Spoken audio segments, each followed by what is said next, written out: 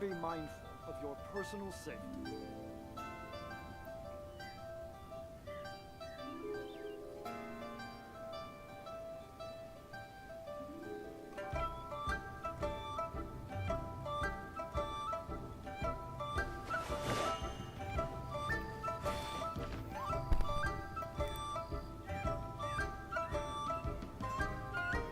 Hello! And if anyone actually sees this part, I'm just gonna continue the Liyue story quest from yesterday. Yeah.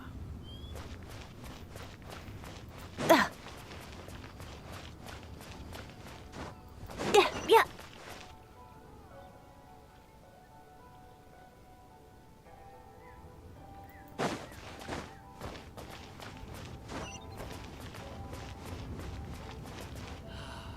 May the Lord of Geo protect you and fortune find you.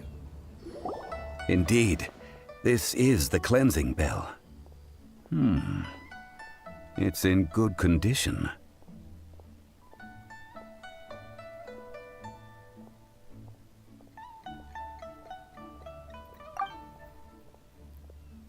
Let's place the perfume we've prepared inside.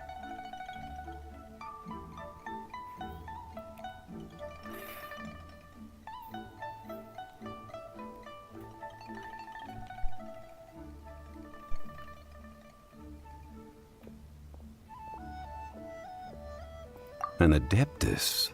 That's suspicious. But if you don't want to talk about it, we won't pry. Oh, yes, that old granny asked us to tell you something.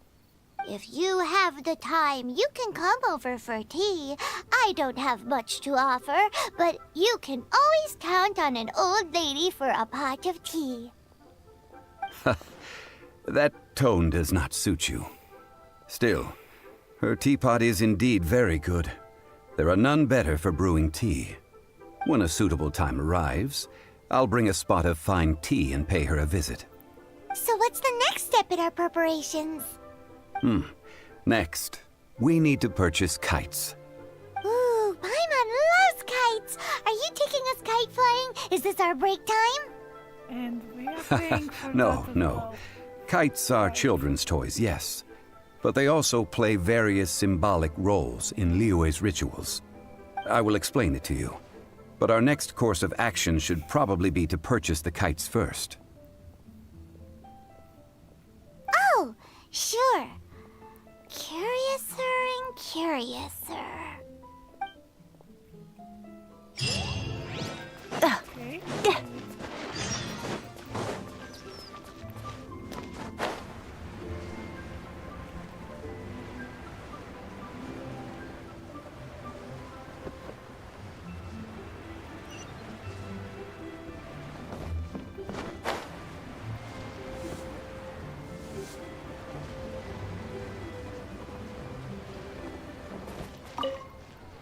Ah, sir, you're here.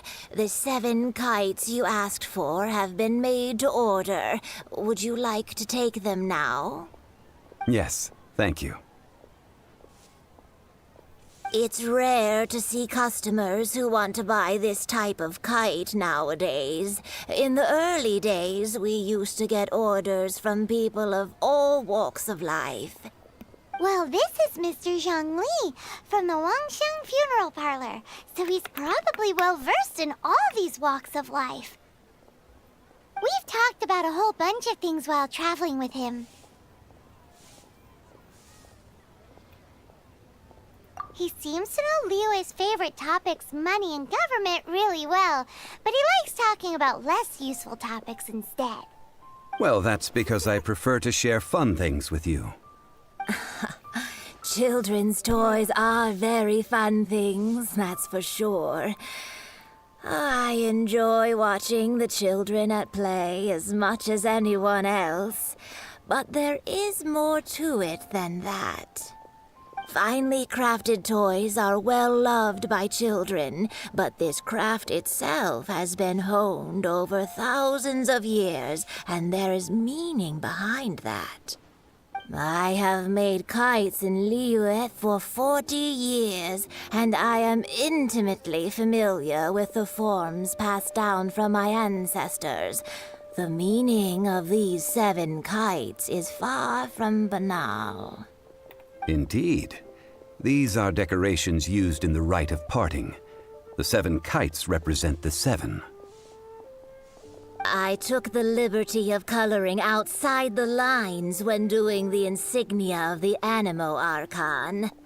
As for the kite that honors the Geo Archon, one must follow the contract given right down to the last letter. These patterns are ancient, and you can also find them in the Golden House. Ah, Paimon's heard that name before. Huh? The design of this kite displays a firm grasp on the cyclicality and eternity so dear to the Electro Archon. These markings of tree and leaf pay due honor to wisdom and the passage of time. All this on a single kite. Truly astonishing. Justice flows across the surface of the waters. War rages like a flame. As does that which the Cryo Archon once... Yes. These details are masterfully done. The compliments of a learned man truly are pleasant. Well then, Granny Shen, I shall take these back with me. As for the payment... Well, allow me.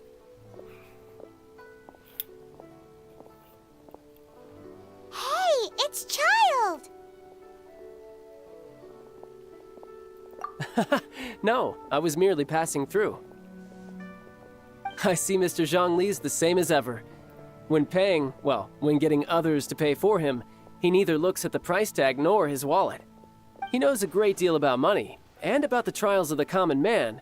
He just doesn't consider poverty to be something that could ever happen to him. Yeah. Or perhaps you could say that he cannot imagine himself lacking money. How has he not died of hunger yet?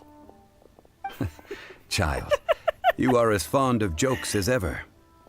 Well then, since we've purchased our kites without incident, there's no need to take a break before moving to the next step in our preparations.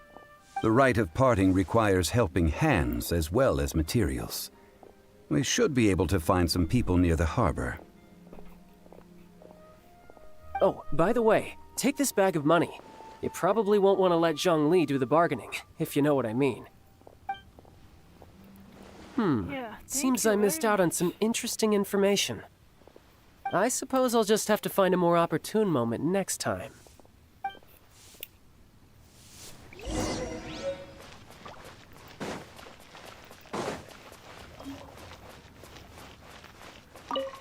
Hiring help?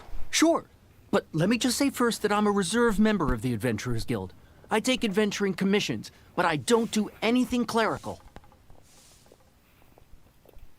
Adventure? Venturing into the mountains to capture a few crystal flies seems adventurous enough.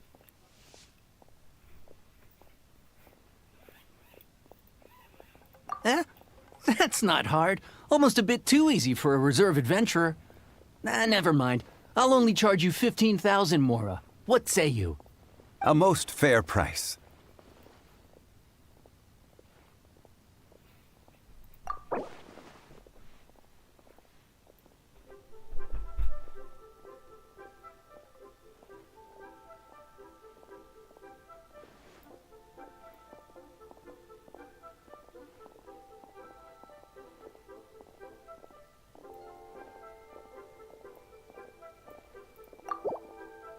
Five geocrystal flies. Yes, I do think it's worth about this much. Listen, let me tell you how.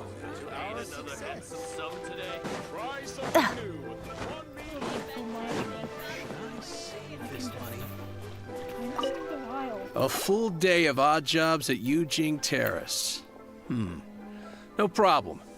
25,000 per day. A fair trade, yes? Whoa, that's expensive. Hero of Mondstadt? Well, you may never have heard of this hero, but it seems you've heard of Mora nonetheless. Thus, I will simply pay the whole sum.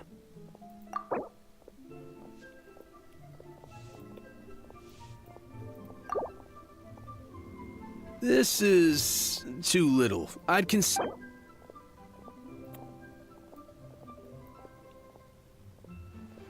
Yes. This price'll do. No loss to me for a day's work. Okay.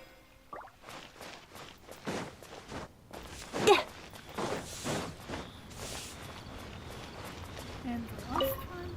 Oh, help? Sure. I, Tick, always put in 100%. So what's the job? Let me see. We are still missing some wooden implements over at Yujing Terrace. They aren't uncommon objects. No problem. That'll be 20,000 mora for a single... Done. This is all you got? Then no can do. Child? No. He's putting up the money? Oh, still no. How about this? Let's make a trade. I'll take what you're offering right now, and get me a single Chinkson flower, and I'll consider that payment for a detour to find this child fellow. How does that sound? Guess we've got no choice.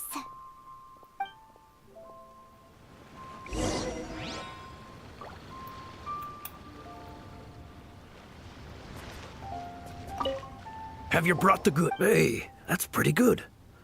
These things, with this Chinkson flower, I should be able to pacify my daughter tonight.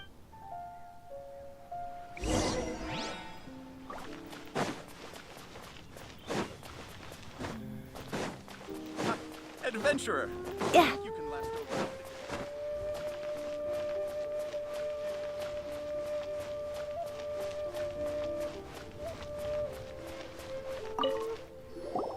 All finished then? Splendid.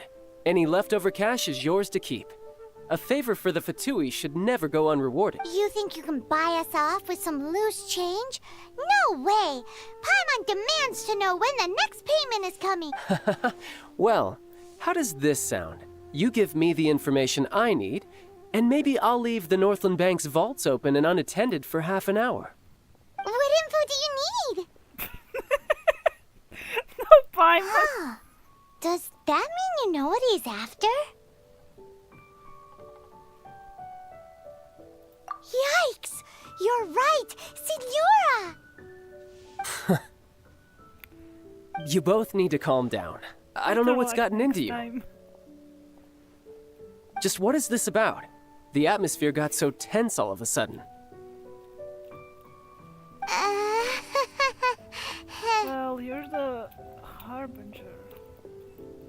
Next, we need some everlasting incense. For this, we need to go to Boo Boo Pharmacy, the finest pharmacy in all of... Is everything okay? Everything is fine. I was just informing them that they need not return the surplus Mora. Now, if you'll excuse me, I must be going. Paimon definitely felt like Child wasn't happy with us just now.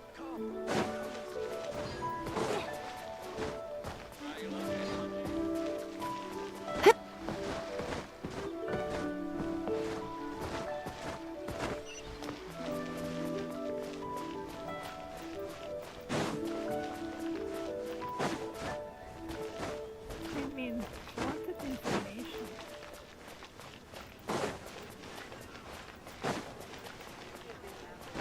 Yep.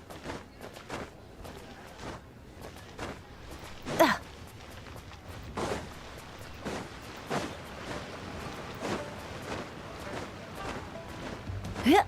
Yep. Wait a minute. Baby zombie. Huh. The reception is deserted. And it seems kinda spooky in here. Hello? Is anybody there? Welcome to Boo Boo Pharmacy. Huh? Did you hear that? Where did it come from? The reception, it seems. How about you go check it out, and Paimon will bring up the rear.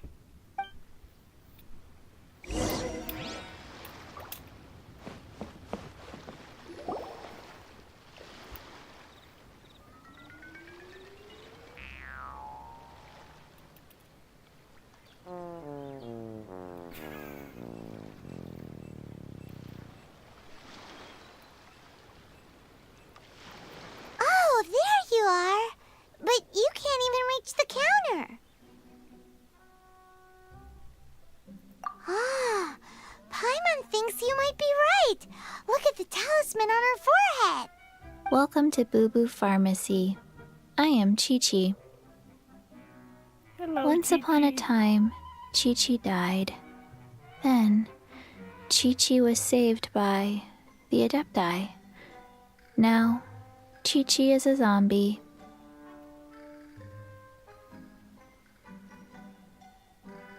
Something like this would be unimaginable in Mondstadt. You sure?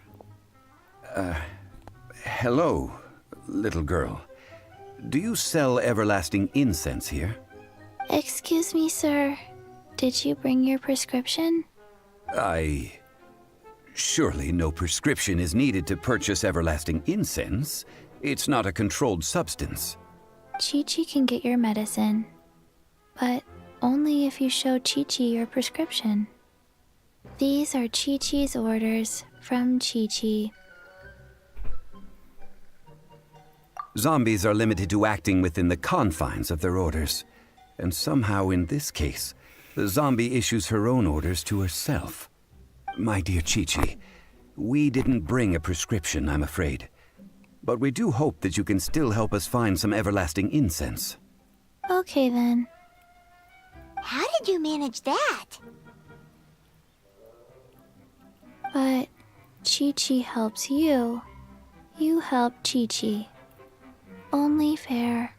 Since when do customers need to do favors for customer service staff? Never mind.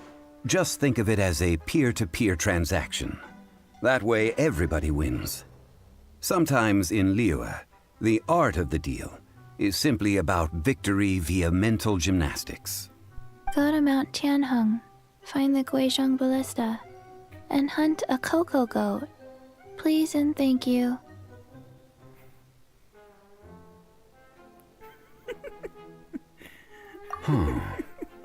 Guizhong Ballista. I have heard of this device before. It's a kind of crossbow turret, installed on Mount Tianheng by an adeptus in the distant past. An early mechanical device. Located in Tianheng Pass, it was designed to automatically fire at large monsters, protecting Liyue from external threats. Mr. Zhang Li really knows Liyue inside out. Apparently not quite. This is the first I have ever heard of the cocoa goat. The cocoa goat is a legendary animal, an adeptabeast. Did you want to add anything else? No, just that the cocoa goat is a legendary animal, an adeptabeast. What it looks like, don't know. Where to find it, don't know either. Where it came from, also don't know.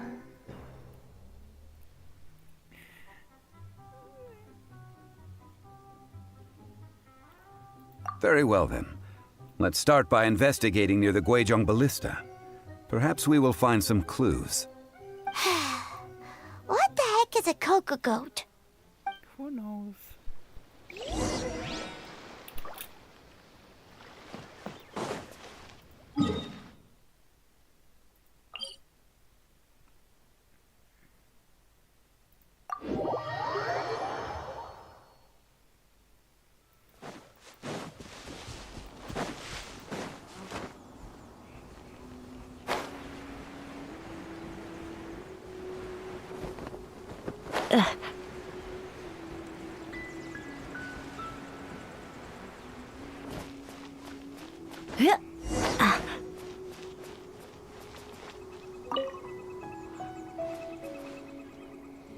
It's huge! Paimon can totally believe it took an Adeptus to build this. But how do you operate this thing? Just think how much strength you would need. It is currently inoperable in any case. This device is broken. Aw, what? It broke? After millennia of wear and tear, even Adepti contraptions are difficult to maintain. So what are we gonna do? Quick, Mr. Zhongli, use your unlimited high society knowledge powers! You almost make it sound like I'm some sort of bourgeois parasite whose only utility lies in providing quaint pieces of trivia on demand. That said, let me think for a moment. Ah, yes. Spare parts were made for the Guizhong Ballista when it was first built, in case it was damaged in battle. As I recall, there is a military supply post from that period somewhere inside the pass. If we can retrieve the spare parts from where they are stored, we may be able to repair the Guizhong Ballista. One just needs to understand the basic working principles of the device. So, what you're saying is that you actually understand the working principles? I have a smattering of knowledge on the topic. With the parts in hand, I could at least tinker with it. Find the parts. Where is that supply post? Here, posty, posty, posty.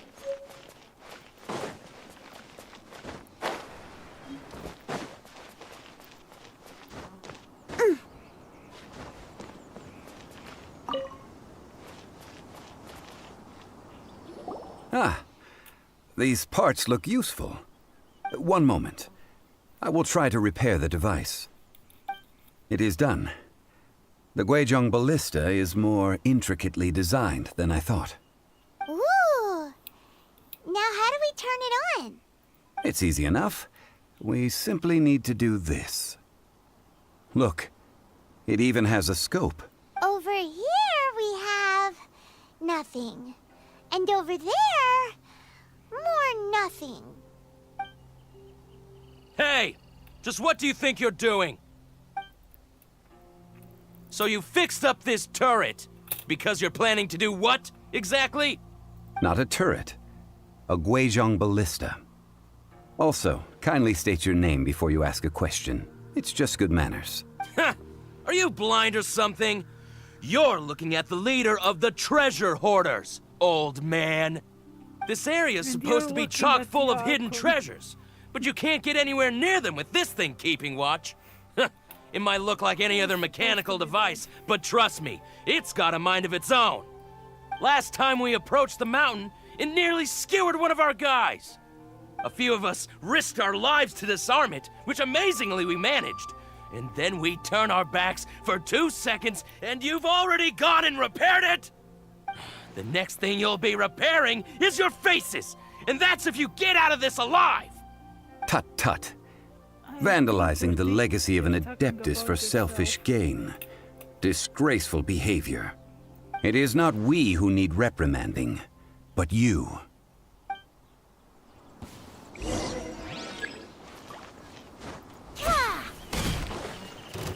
There's no end to this.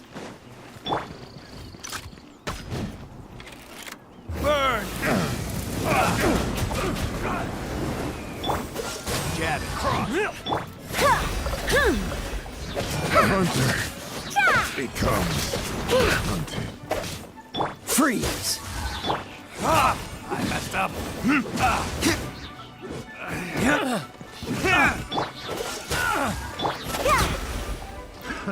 Another test subject. That Time for retribution!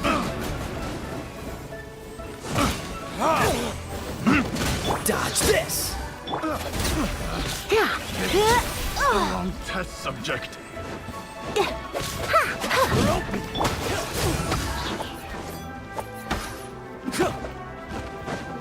Oh, so sorry. Think you can bully me? Sayonara, Burn! Should replace my hammer.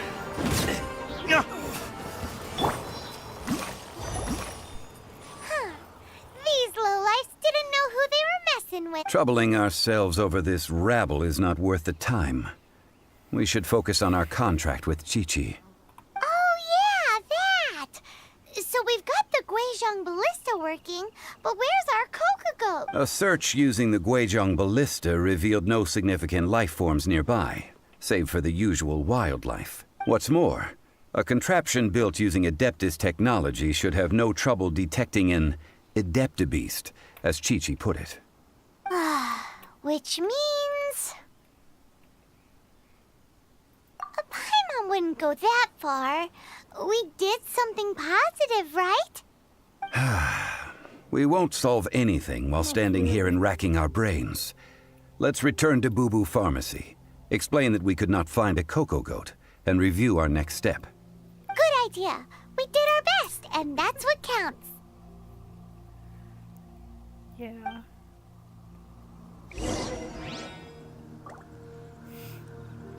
Okay.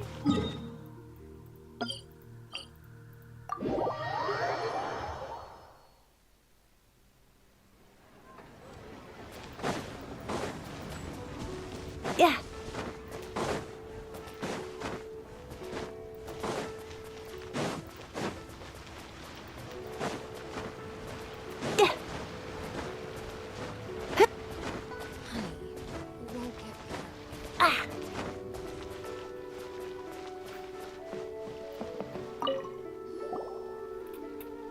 Forgive us. We were unable to fulfill our end of the contract. We found no trace of the Coco Goat Adeptabeast of which you speak. What a disappointment. Don't worry about it. But I feel very disappointed. Aw, poor Chi-Chi. Why does Paimon feel so guilty all of a sudden? Cocoa goat milk is tasty. So tasty. Much better than normal goat milk. Only an Adeptabeast could make such tasty milk.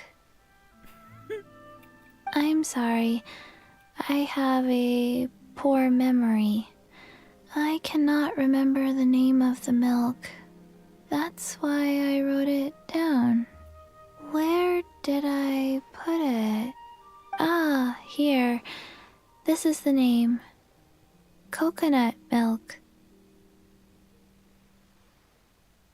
Huh?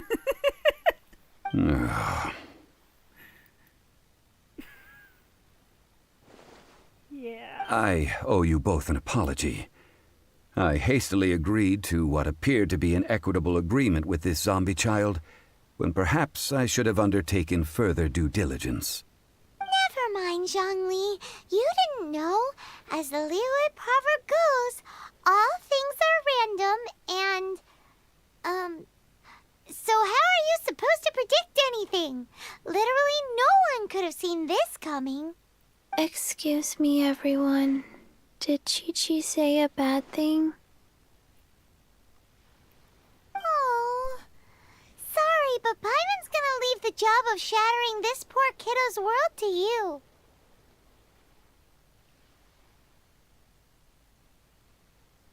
No.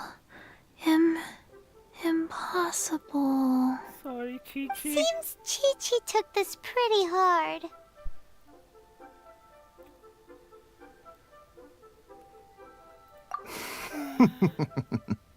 Someone learnt a valuable life lesson today, then. Thank you all for looking after my little Chi-Chi. Might I ask who... Ah, how rude of me. I'm Baiju, boss of the Boo Boo Pharmacy. Paimon thought Chi-Chi was the boss. Turns out it's some wacko who wears medicinal ingredients around his neck. What a sorry state of affairs. This little mascot is even more of a simpleton than Chi-Chi. Ah! The snake is speaking!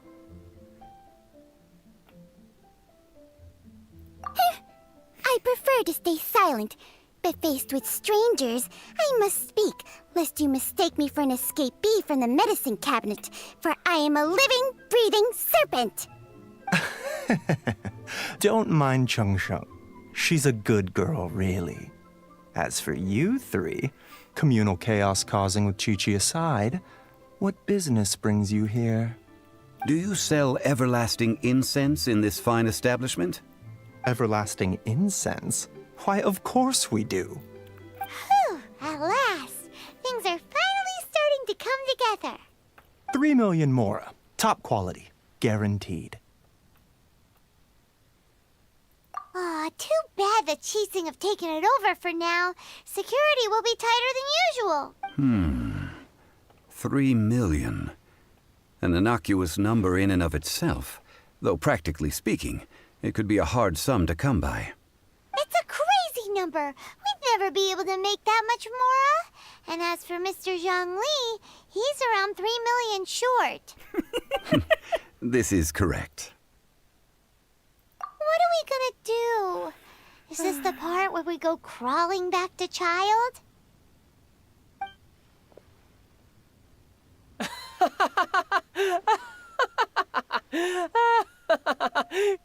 Coco Goat! Coco Goat! My sides hurt.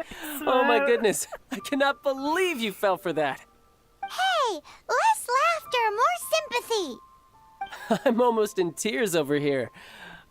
Thank you. That was the best laugh I've had in a long time. In return, I'm more than happy to sort out this mess you've managed to get yourselves into. Excuse me, sir. Dr. Baiju, isn't it? Truly honored. I'm Child, one of the Fatui Harbingers. Forgive my audacity, but I see a great many opportunities for us to collaborate in the future. If Boo Boo Pharmacy needed a stable supply of, say, coconut milk, the Fatui could help by setting up a robust and speedy distribution network. Strange. I knew the Fatui infiltrated businesses with seductive deals, but so much fuss over coconut milk? Coconut milk. Baiju, quick. Chi-Chi wants coconut milk.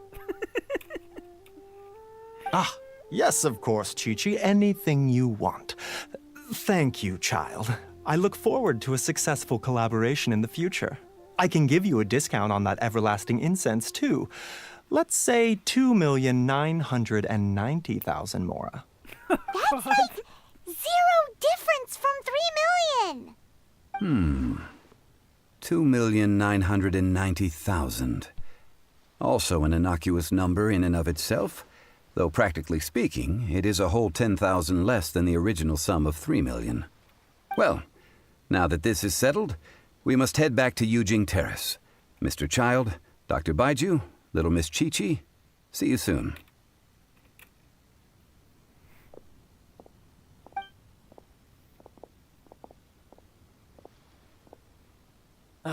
That lot is an absolute riot.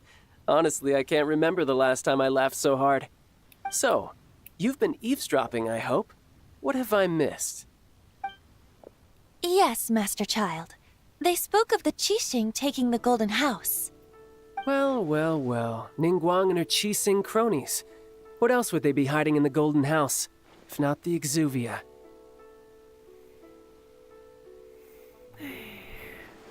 I apologize, but I warned you, didn't I? As the old Liyue saying goes, the walls have ears.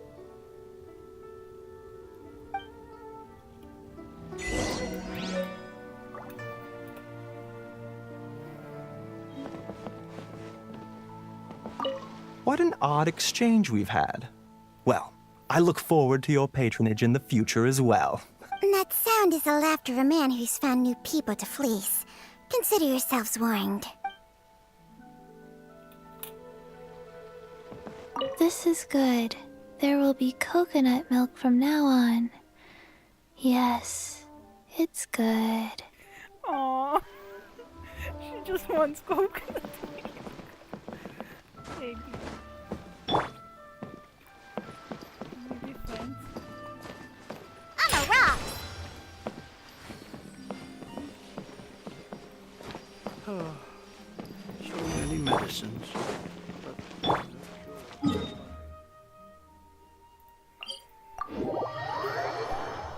Let's go.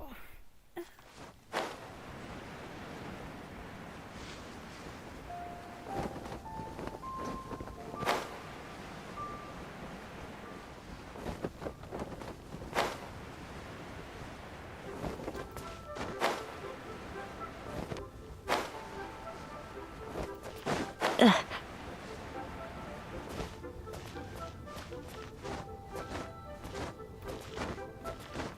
you have everything now? Well, as it stands, we've hired helpers, and we've acquired the everlasting incense. The completion of our preparations is not far off. Whew, finally! Well, traveler, have you gained anything from our adventure so far? That you never have any more on you. Odd.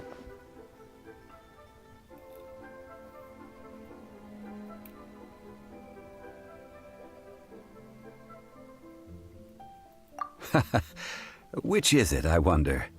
The questions that such travels raise are ever so complicated.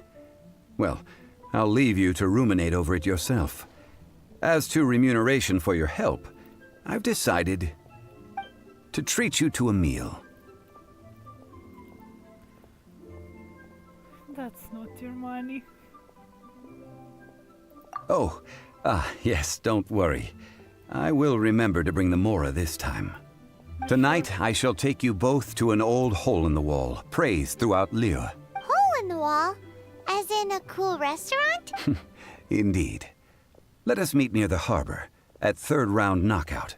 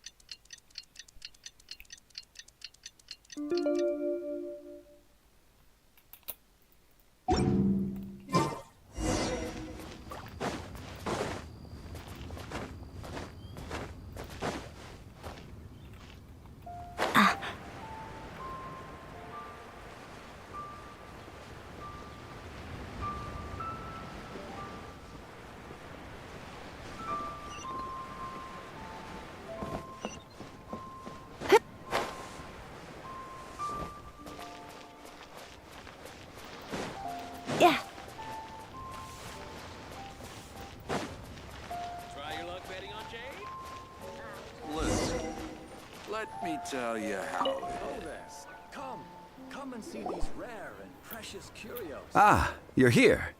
There's no need to order. I've already done so. Third round knockout is not for lightweights, like those taverns in Mondstadt. Here, the owner does not take such unorthodox orders as fruit juice.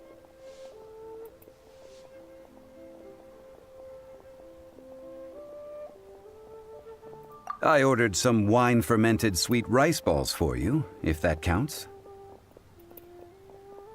If it is to your liking, dear customers, I shall continue the tale of Lady Ningguang's Jade Chamber. Hey, there's even a storyteller here! Great atmosphere! Besides fine wine, the excellent ambiance is the reason why this place is so well loved. But when I say ambiance, I refer to a different sort from the one the Tevat travel guide uses to judge other establishments. As you all know, high above the land of Liyue lies a pavilion in the clouds, a palace in the mist. What does it mean to have all-seeing eyes? This, my friends, Lady Ningguang's masterwork that bridges earth and sky. Imagine, the weather is clear, and you gaze down from the deck on the world below. Behold, the glorious sights of Liyue Harbor, stretching out far and wide. They say that when Lady Ningguang ponders important affairs, she retreats to her jade chamber with none but her 3 closest confidants in tow. Why brings she these trusted 3 to sift through sources, dig through documents, looking for information? Piece by piece, facts and figures paint a picture on the walls of the chamber. But well before the wall is filled, Lady Ningguang's mind is made up. Having made her call, she has every last document shredded, and whoosh, she scatters the shavings out her window.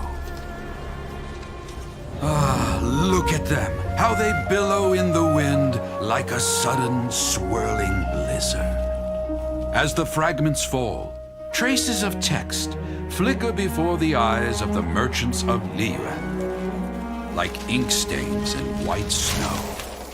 The saying goes, the rarest treasures in the land are the words brought by the paper snow.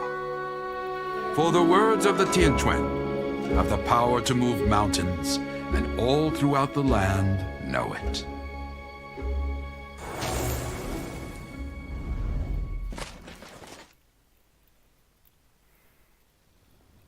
These are but scraps of paper, and yet they guide Lady Ningguang's hand. Such is their value. Merely grasping one or two of them will surely gift you a fragment of her wisdom, enough to stay a step or two ahead of your peers. Tianquan Ningguang. Feels like we're hearing this name a lot. Liyue locals talk about her. The Fatui hate her. She's most likely the one who hid the exuvia, and we saw her at the rite of dissension. Huh. Paimon wonders what sort of person she is. At last I have found you. You who returned from Jueyun Karst. Who's there? Wait, I am not with the Millelith, nor am I here to claim your bounty. However, I am an emissary of the Liyue Chising. My name is Ganyu, secretary at the Yuehai Pavilion, and I have come specifically to meet you. Well, in concrete terms, I am the corporate secretary for the Chising. At the moment, I am serving as Lady Ningguang's special emissary. Ningguang sent you? We were literally just talking about her. My apologies, you who have returned from Jueyun Karst. I am duty-bound and cannot extend my courtesy to you in full. But I have with me a letter from Lady Ningguang. She extends a formal invitation to you in her capacity as Tianquan. She invites you to her palace in the sky. An official invitation? Can you trust that? Here one. Lady Ningguang said this. Invite her to come here. I wish to meet her.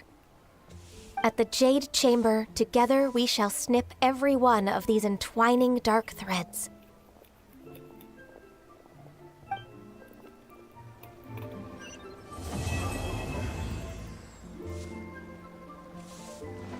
And with that, the emissary who called herself Ganyu just disappeared. But we've received an invitation from the Liyue Chising. Paimon still can't believe it. We'll be meeting people that have way more money than Paimon could ever count. We should be on our best manners. An invitation to visit the Jade Chamber is a rare honor indeed. You'd best be on your way now. But don't forget about the rite of parting. Once you've finished at the Jade Chamber, meet me at Dihua Marsh. Don't worry, we won't forget. Dihua Marsh. We'll see you there. Yeah, we will come back. Let's go.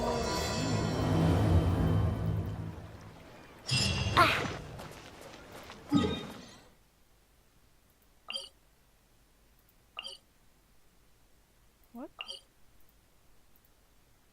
Okay.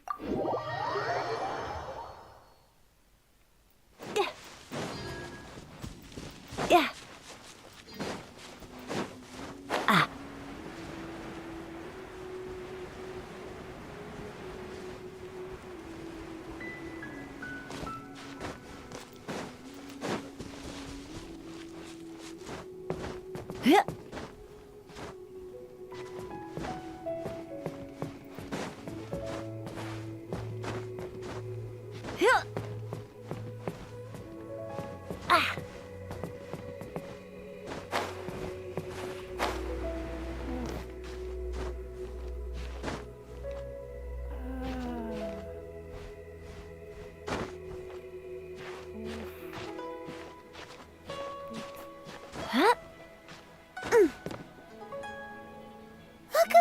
Okay. That's the Jade Chamber! Cool.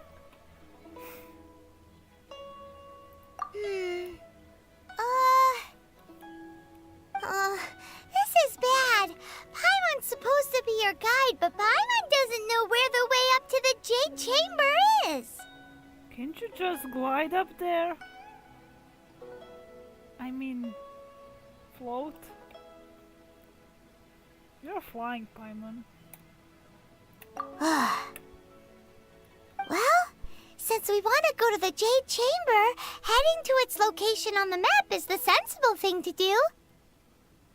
Let's look around. There has to be a way up there nearby.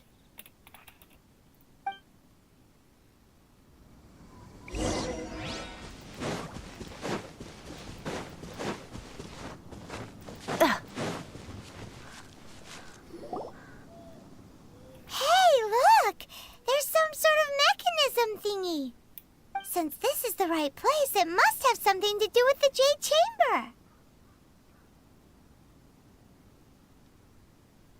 No way! Just trust Paimon's instincts. Okay, Paimon. Let's trust your instincts. Yeah.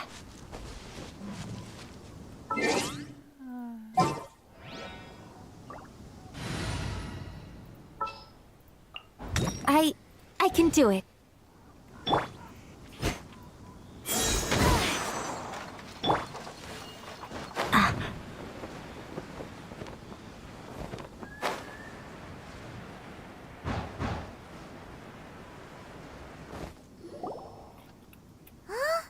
only takes us up to here. Aw, if that wind current was stronger, we'd be able to reach the top in one go. But it's not. Huh? Why? Or... Oh, Paimon gets it! If it was a secret, Ganyu wouldn't have let us try to find it ourselves, right? Alright, let's follow your plan. Then we can... Oh, hang on a moment. Look down there. Looks like we've gotten close to the Guizhong Ballista. Paimon has a new idea. Why don't we shoot you up to the Jade Chamber using the ballista?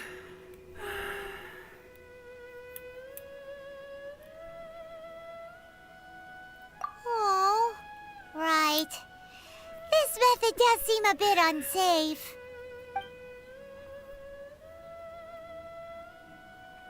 Oh, that's right. Now that you mention it, we could use the Guizhong Ballista to see if there's another way up nearby.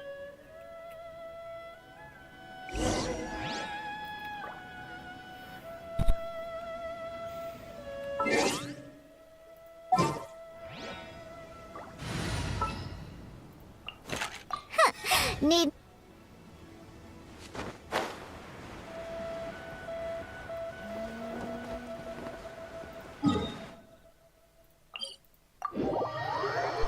Is it this way?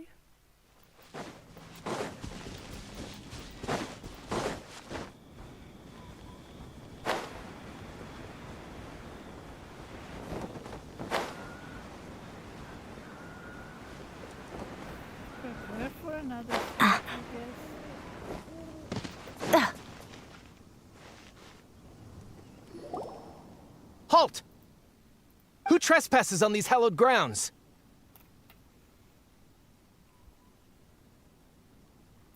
Exactly. What are you talking about? We're invited guests. What makes you think you can treat us like this? No.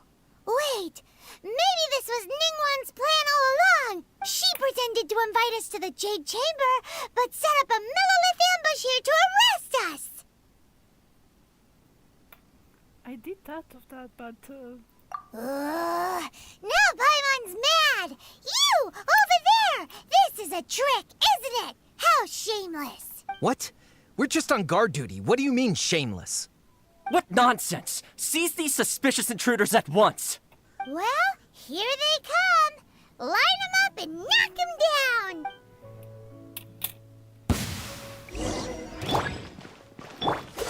What's the hurry?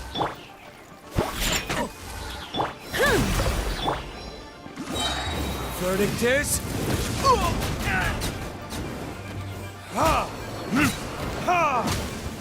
To arms! Attack! This moment will be frozen in time. Look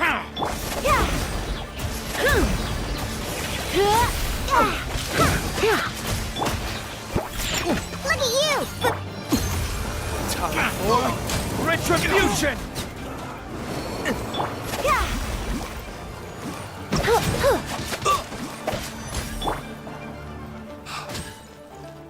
Shake it, hands! Beaten! Who goes there?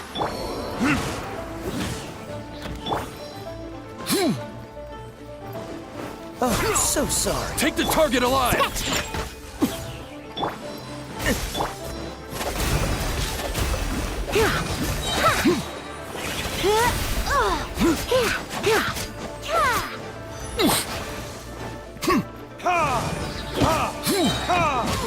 Attack!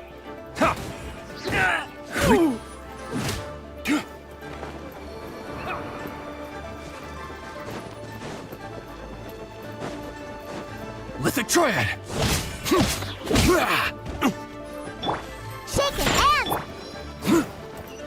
Bested! Stop! What's all this about? Lady Kuching, these two strange people suddenly appeared. They seem to have designs on the Guizhong Ballista. Who are you calling strange?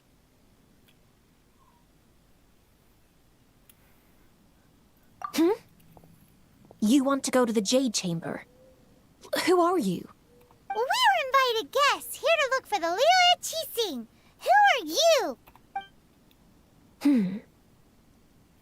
Well, as it happens, I am one of the Liyue Qixing. Oh! I'm Kuching, the Yuhong of the Qixing. I know of you, traveler. You're Ningguang's guest, yes? Yep. Didn't expect to meet you here in the mountains. Wow. Paimon didn't think we'd meet some super rich big shot out here in the middle of nowhere either. The Guizhong Ballista in Tianhang Pass has long been in disrepair, and yet it was fixed in a single night. I came here to investigate that occurrence.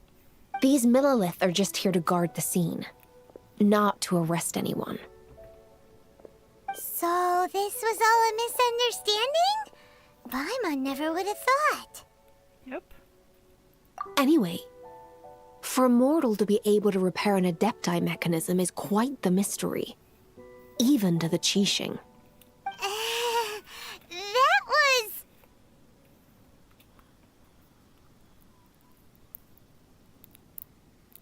Huh? Oh, right. So, Lady Yuhong, might you have any idea why Lady Tianquan invited us to go to the Jade Chamber? Just call me Kuching. I'd say that Ningguang's purpose is to request that the savior of Mondstadt take a more neutral stance. Or at least, to not wholly side with the Adepti. We're not taking sides. We spoke with the Adepti. They want to protect Liyue as well. When you say protect, you mean their sanctimonious arrogance, don't you? Huh? You are mortals, and thus, under their protection. There was no way they would have regarded you as someone with the ability to assassinate a god. Naturally, they would also regard Ningguang's locking down the area, questioning the citizenry, and pursuit of the assassin to be pointless work. Perhaps they even wonder if there might be a cover-up. I'll say it plain. They're underestimating us. Well, you've got a point there. Still, this is the first time Paimon's seen a person from Liyue who doesn't respect the gods or the Adepti. Should I respect the shallow sense of time and condescension to mortals that has caused them to delay in moving against us Qixing? Forget it.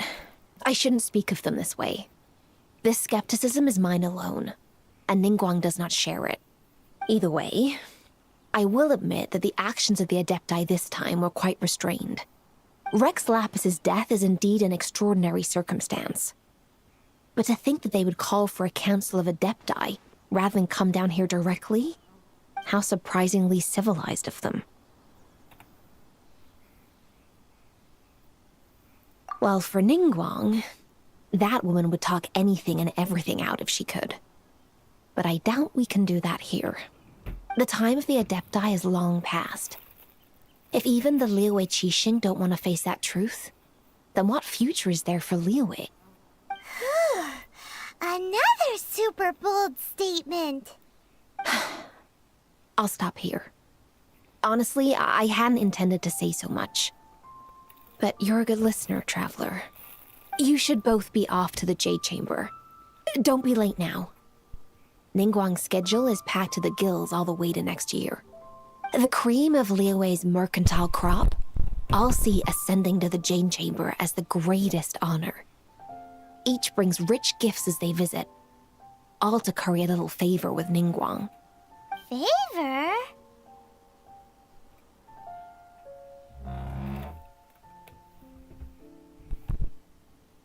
But... Wait, that's right! Greeting gifts are a staple of Liyue's culture. We need to get one. Not to curry favor or anything, just to respect Liyue's culture. All right. You can decide on your greeting gift yourselves. Let me tell you how to get to the Jade Chamber first. You didn't actually have to come to Mount Tianheng. Go back to Liyue Harbor, find a guide to the Yuehai Pavilion, and... well then. May we meet again, Traveler. Well, that Yuehai may not respect the gods, but Paimon thinks she's a pretty cool person.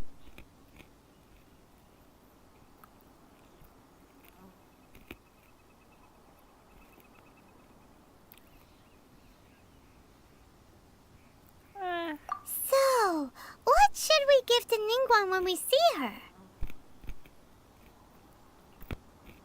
Oh, right! Paimon dreamed of an amazing snack last night. Sugar-frosted slime! Paimon has a feeling that it would be perfect for a super rich person like Ningguang. Why don't we go with that for a gift?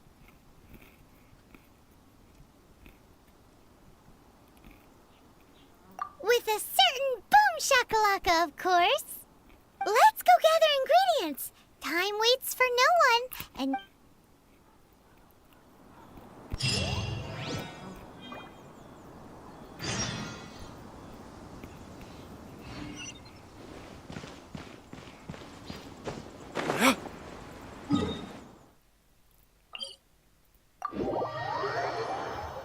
Och, Paimon.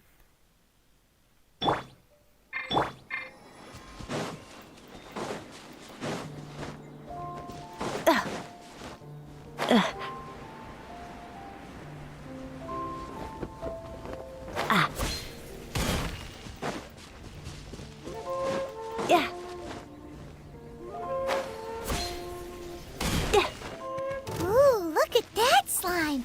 It looks crystal clear and very delicious. That's the one. Okay. Slime.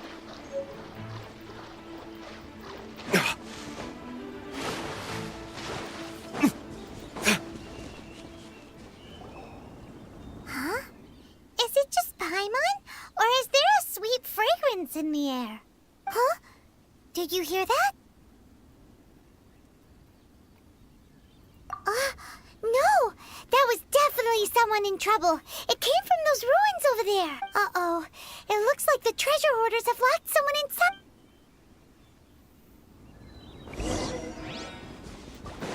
inside. There's no end to this. Think you can bully me? Heard it is.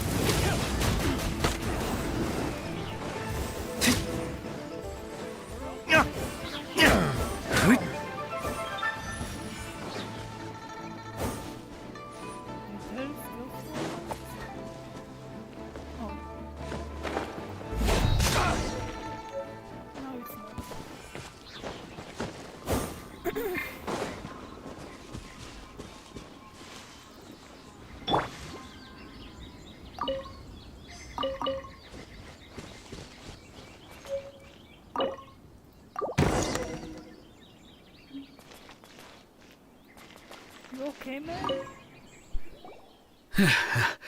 Thank you for your help, kind travelers. If you hadn't come to my aid, I surely would have rotted in this cell. Those treasure hoarders, when their mood was good, they'd rearrange those pots of sweet flowers. When they were in a bad mood, they'd rearrange my face. Aw, it was nothing. No need to thank us all at once or anything. I understand. Don't worry, I will compensate you both. Don't say that. I only escaped this predicament because of you. I'm Meng Dan, a supplier for Mingxing jewelry in Liyue Harbor. I often walk around these mountains in search of antiques. I never expected that those treasure hoarders would have their eyes on the same ruins that I had. Before I knew it, they'd caught and imprisoned me.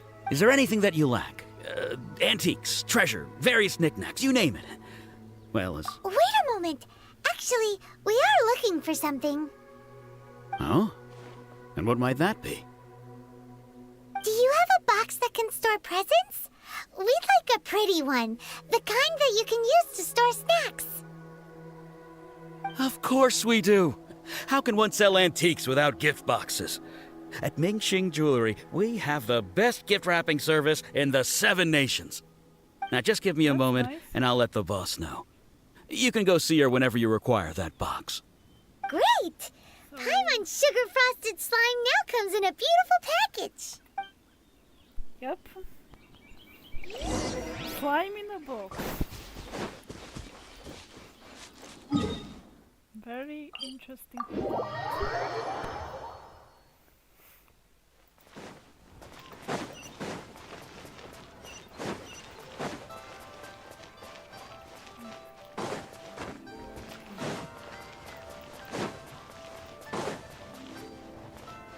Hello. Hey there! A guy called Meng Dan told us that we could get a nice and shiny box from your store. Uncle Meng already told me about it. Thank you both for saving him.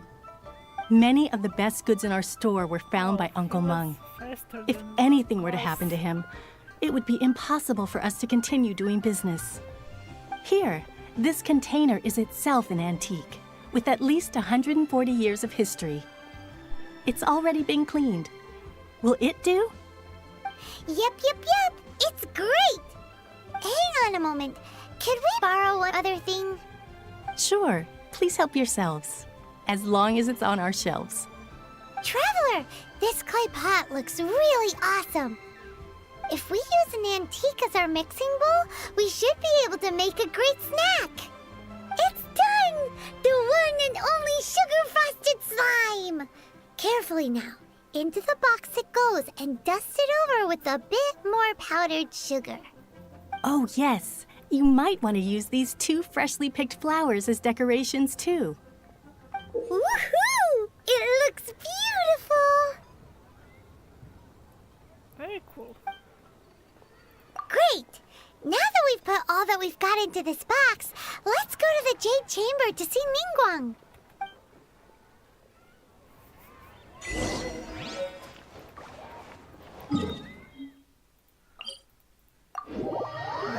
Definitely appreciate a slime in a box. Yes. I guess it's a pretty box.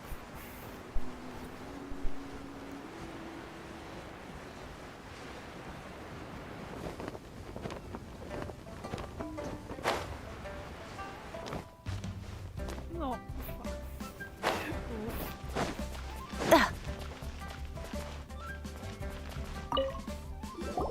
According to Kuching, this is what we should say.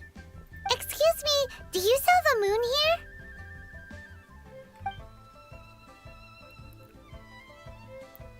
Yes. How many would you like? It's not convenient to speak of numbers here. Ah, well said. Please, use this to ascend to the chamber. Yes, speaking of which, are you two the guests that Lady Ningguang has arranged to meet with today? Yep. Yep. And yet the code they used was not the one for guests, but for the Yuheng. What's going on here? Well, nobody told us the guest code, I guess. We used the one we No. I've been waiting for you, returnee from Joyun Karst. It's Ningguang! Since this is our first meeting, we've prepared a gift. I hope you like it. Oh, for me. You have my thanks. It seems that I have made things difficult for you, considering that you were supposed to be my guests. Oh no, it's nothing.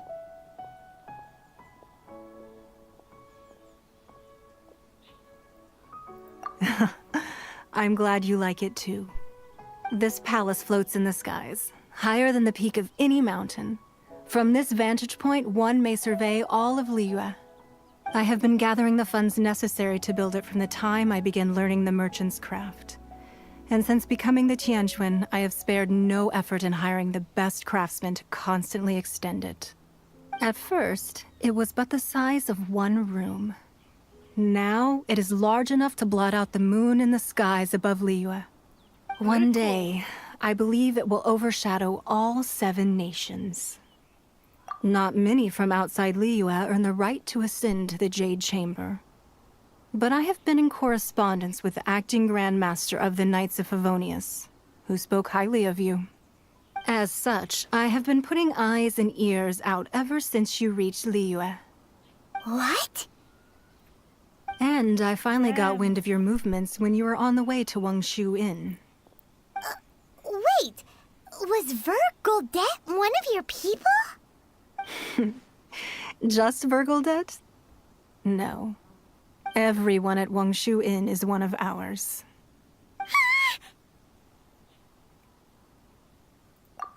At the Guizhang Ballista, yes? You weren't peeking on us from the skies the whole time, were you? I fear that peeking would have been a little difficult from this altitude. Our eyes and ears are more than sufficient. You two are very interesting people, after all. It would be natural to take an interest. Well, I wouldn't expect you to trust us, considering that you have had far more interactions with the Adepti. The reason I invited you here was to clear up some misunderstandings.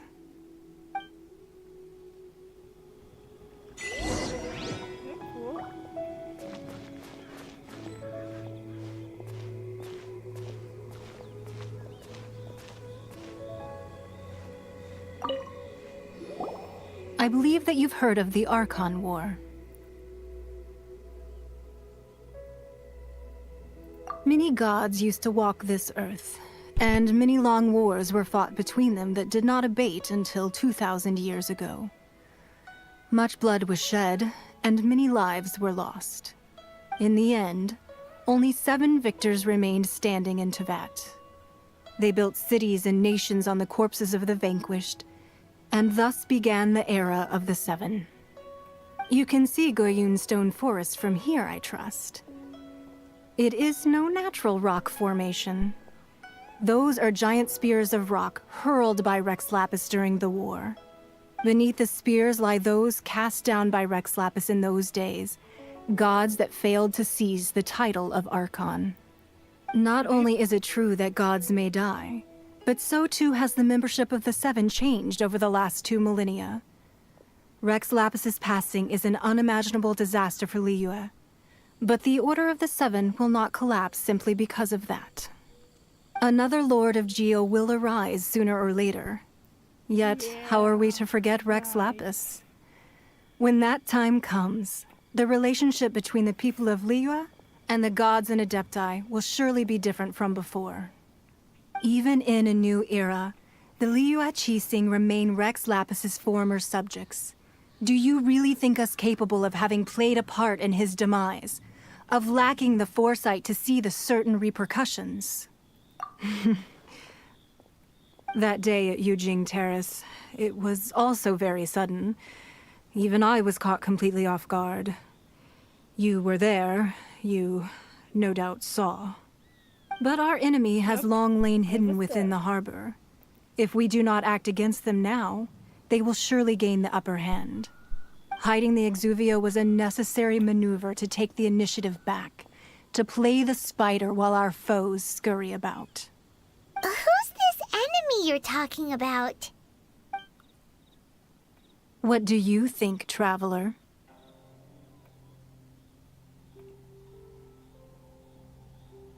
Huh?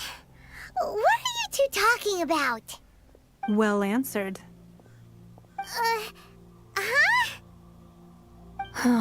The scenery out here is fine indeed, but the wind is a little strong. Our preparations to receive guests within are complete, so please, this way. Paimon, you should think a bit. It won't hurt you. Yeah.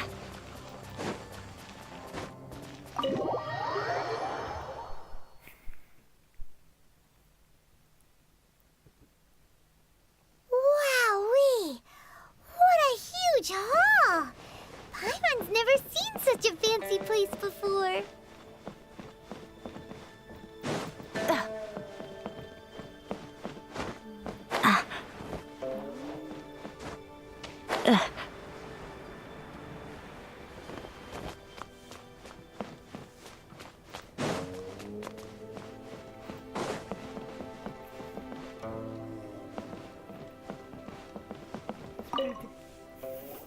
Be at ease, you two. Make yourselves at home if you wish. Can we really? I have invited you two here as friends. And when friends come over to play, our enjoyment comes first. Naturally. Ooh! Isn't this that legendary wall? Why, you've kept your ear to the ground, I see. That's because even the storytellers are talking about it. Everyone's after a piece of paper from that wall. It's super famous. That's because that wall records Liyue's secrets. Merchants have always been attracted to secrets.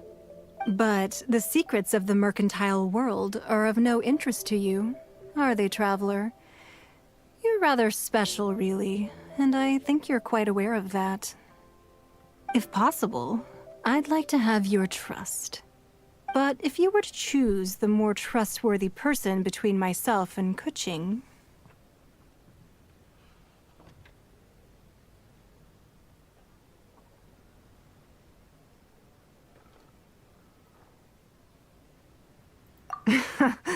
You'd pick Keqing? Nah, I had a feeling. I originally thought her a bit too hard-headed. With someone of her character on the Qixing, I've had some extra messes to clean up behind the scenes. But after she said those words, the time of the Adepti has long passed. If even the Liyue Qixing don't want to face that truth, then what future is there for Liyue? Well, I must say that quite a few of my doubts have been dispelled. I won't deny that Rex Lapis's passing seems advantageous to us. But, for Liyue's sake, we cannot allow ourselves to be shackled by rumors of our usurpation of power. Indeed, it seems that you understood what I meant to say from the very beginning. I called for the gag order and for the Exuvia to be hidden to temporarily stabilize the situation, and also to prevent something similar to the incident in Mondstadt. With Rex Lapis's death, the Fatui have busied themselves with many clandestine actions beyond their diplomatic remit. As the Tianquan, one responsible for Liyue, I cannot be too concerned with appearances when opposing them. Allowing the rite of parting to take place was also meant to buy some time for us to take control of Liyue's administration. It's exactly as Zhongli said. The Qixing only provided the venue for the rite so they could use us for their own ends. Wait, that's right. Speaking of ends, could I say one other thing? Of course. Paimon's heard that anyone who sends a greeting gift gets a little something in return. So, does that include us? Oh god, Paimon. Really? It's all right. I like direct people. Well, we have made quite a bit of trouble for you recently. How about this? You can pick any one object here as you please, and you may take it with you. Yay! Paimon was just waiting for you to say that! see. What should we get? One of the sheets on that wall. Don't look at Paimon like that. One of these sheets of paper will sell for crazy prices, even if it's only as large as Paimon's fingernail. Just imagine how much more a whole untorn sheet would sell for. Let's grab one, the biggest one.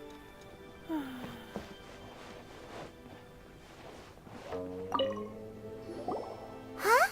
Well, that was an easy search. The biggest sheet is right up there in the most obvious spot. Let's go with that one.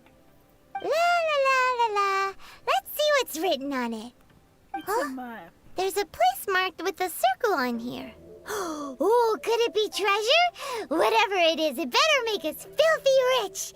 Let's see what's written over here. Sigil of permission, something, something, Fatui, research, copy. Huh? Aw, that doesn't sound like treasure at all. This piece of paper shows that a Qixing spy discovered traces of classified Fatui research on the Sigil of Permission. Oh, Ningguang did say that the Fatui have been up to all kinds of mischief in the shadows of Liyue, spreading rumors, wanting to get their hands on the Archon's body and whatnot. But research on the Sigil of Permission?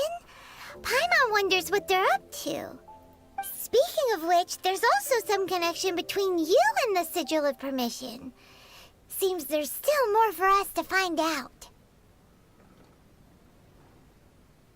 Oh, you really think so? Well, should we not go then? Oh, so you're saying that it's precisely because we can't completely trust Ningguang that we should confirm the truth of what she says for ourselves. That's way out of Paimon's league. Paimon thinks she's been nothing but good to us. Anyway, we'll see if you're onto something. Before we look for Zhongli at Dihua Marsh, let's go to the place marked out on these papers and see if the Fatui really are up to no good there.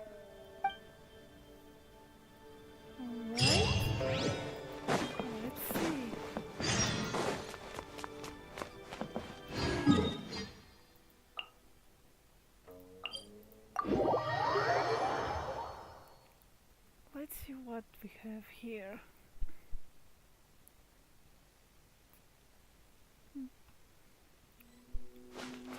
Yeah.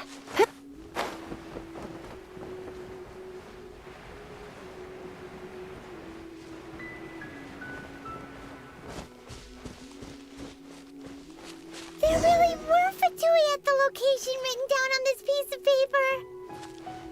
And they look really mad at us too. At us?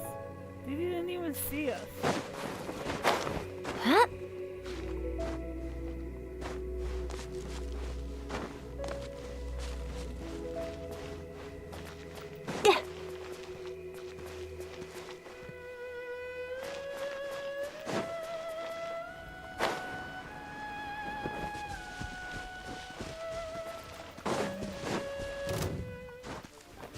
Okay. Have a load of this!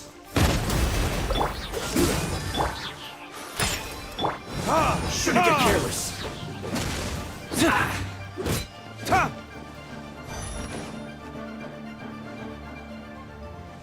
Detoxifying heat.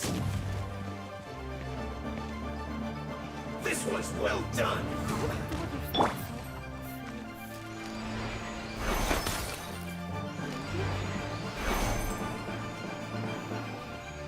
Roast and fry.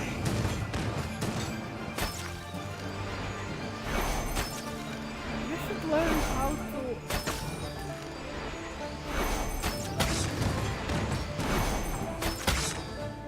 Scratch that! You need a hurry. Dodge this! This was well done. Unfortunate fault.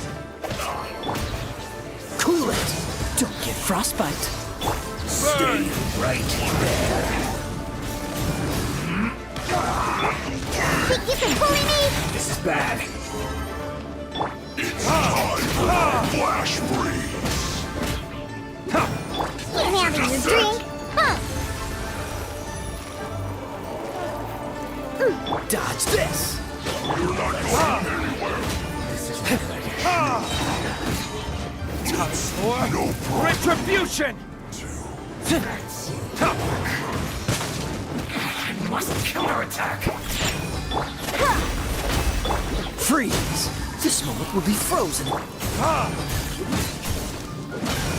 Finally, so quiet.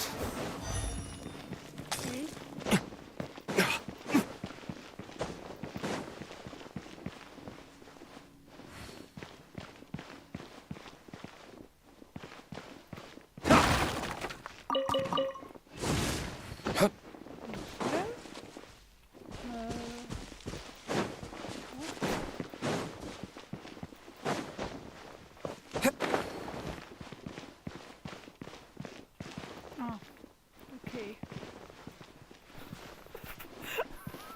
Come on.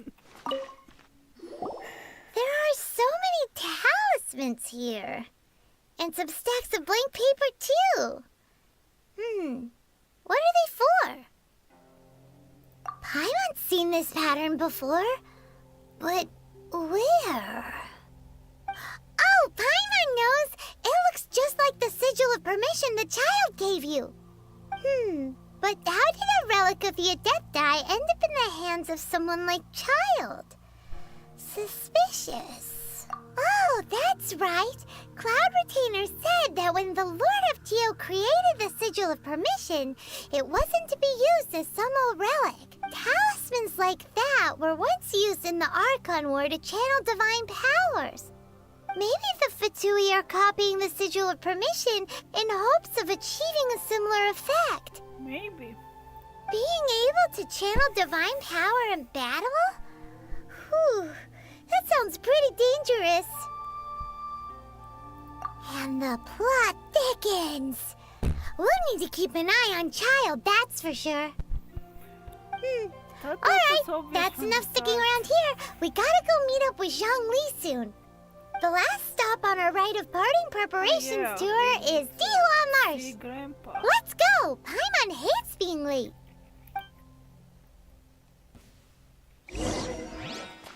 Yeah.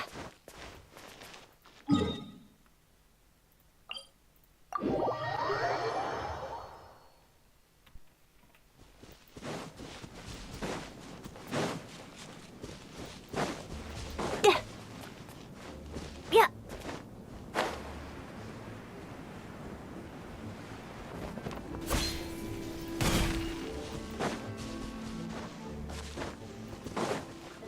Yeah.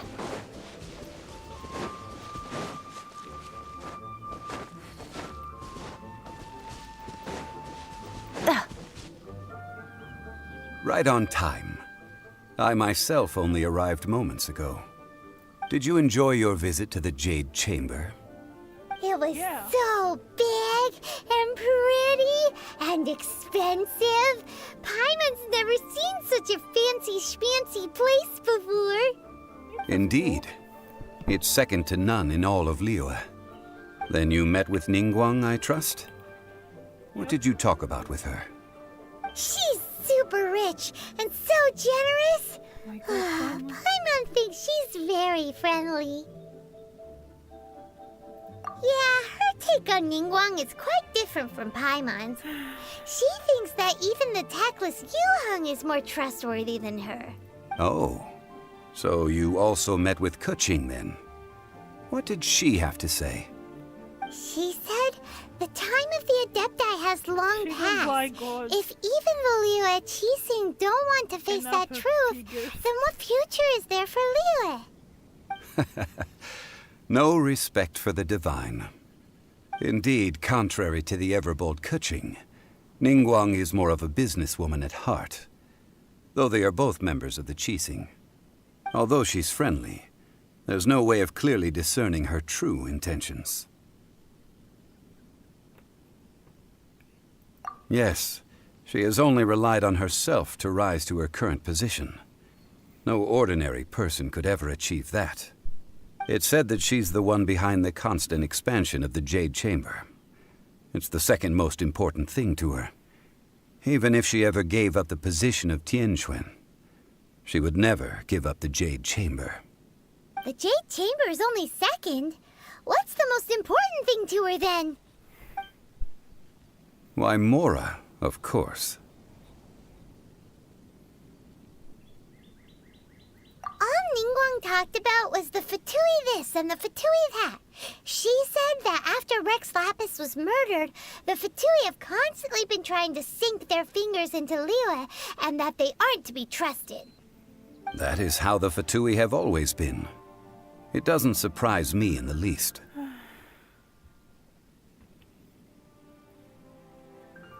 No matter what they may be planning, you must be careful when dealing with the Fatui.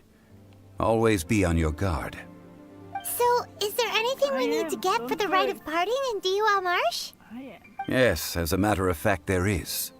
Today, we'll be gathering wild glaze lilies. Glaze lilies? But why did we come all the way out here? Doesn't the garden in Yujing Terrace have some? Even Qingsa Village has glaze lilies. Oh, right! Paimon remembers that Madame Ping is always tending to flowers. Maybe we could ask her? No. Those lilies have all been gardened by people. They won't do it all. Dihua Marsh used to be full of glaze lilies. It is a sort of joyful flower that listens to human song. Before the Archon War, Dihua Marsh was all dry land and fertile soil. But the war caused landslides, and the land was flooded, turning it into the marsh you see now. Nearly all the glaze lilies were wiped out. Of course, there are some kinds of flowers that have been preserved and gardened by people in the city. But very few people know that glaze lilies may still be found in the wild. Wild glaze lilies have the strongest fragrance. If we want to follow the true tradition of the rite of parting, we must grind up the wild lilies and place the powder in a censer of everlasting incense. But I'll need your assistance in gathering these flowers.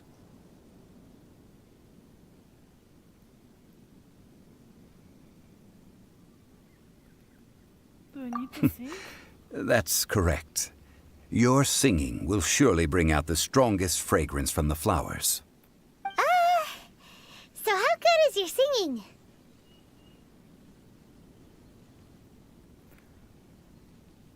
Okay, Really? I guess. Why doesn't Paimon believe you? We'll only know once she starts singing.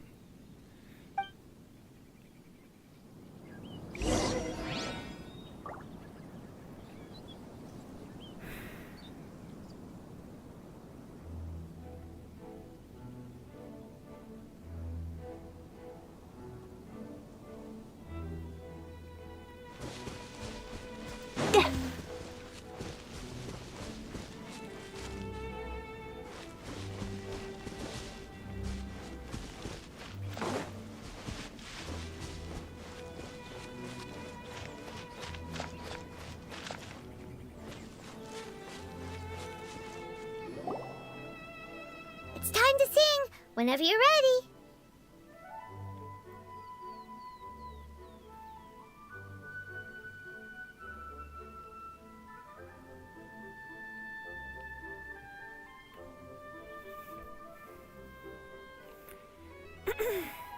Da da da da da da da da da da da. What happened? These flowers are jumping. They look really angry. Is it because you sang a song for Mondstadt that they don't understand here in Liyue?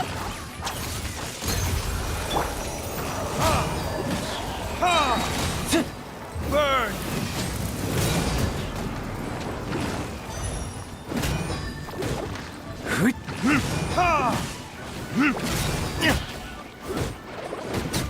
Yeah! Those weren't glaze lilies. Glaze lilies wouldn't hit people. This little monster is known as a whopper flower. Strange. These petals look interesting. The glaze lilies used as a disguise were buried with the whopper flower for too long.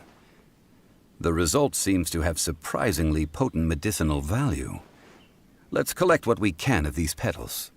Well, that's nice and all, but will those petals be useful for the rite of parting?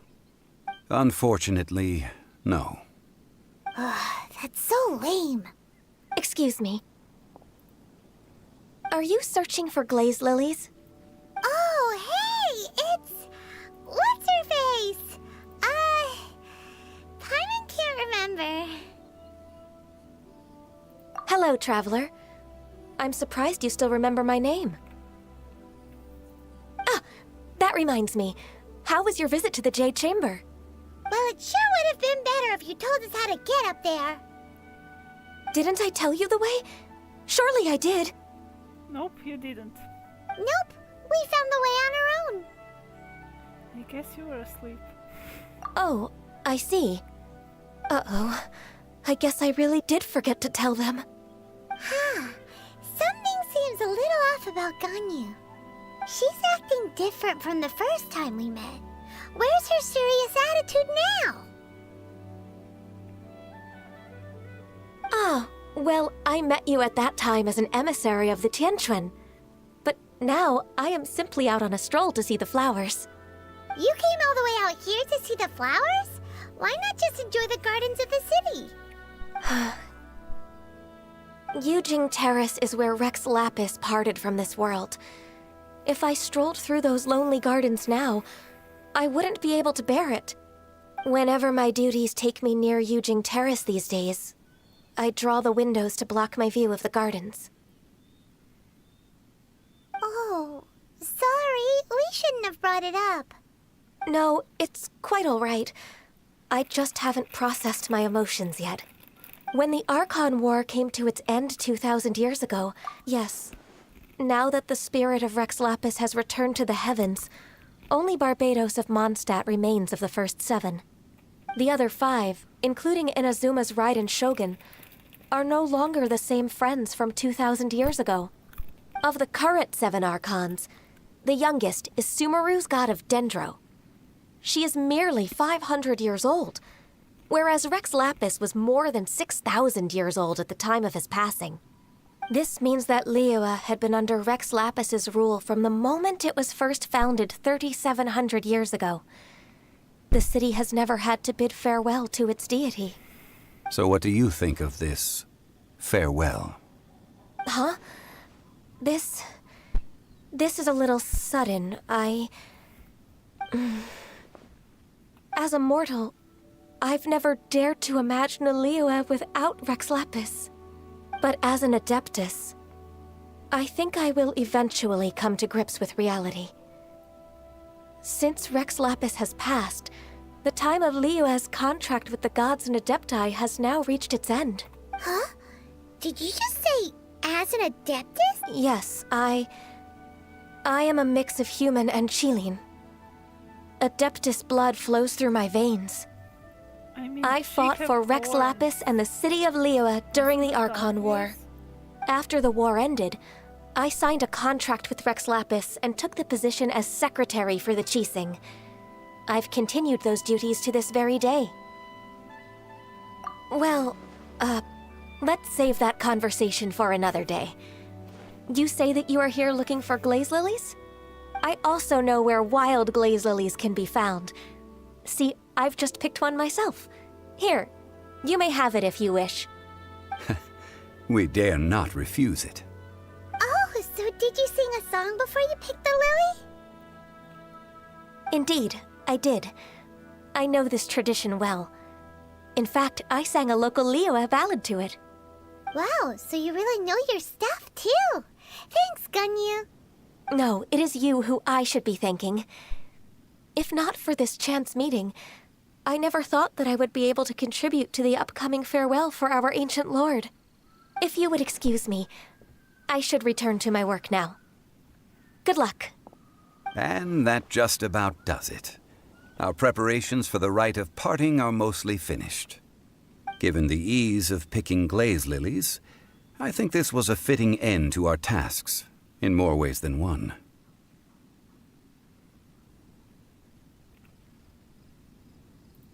Yeah, Paimon can already imagine him starting a business in Liyue. I've had enough ventures in my life already. Beginning a new undertaking is always difficult at first, and requires no small amount of effort. And once business is at full steam, the stress of it all only wears away at you over time. So you must be careful to take the time to step back and re-examine yourself. If left unchecked, the wear and tear on your heart may go well past mending. Wow. See? Zhongli sounds like he's already seen it all. Alright, I think it's about time we head back to Liyue Harbor now.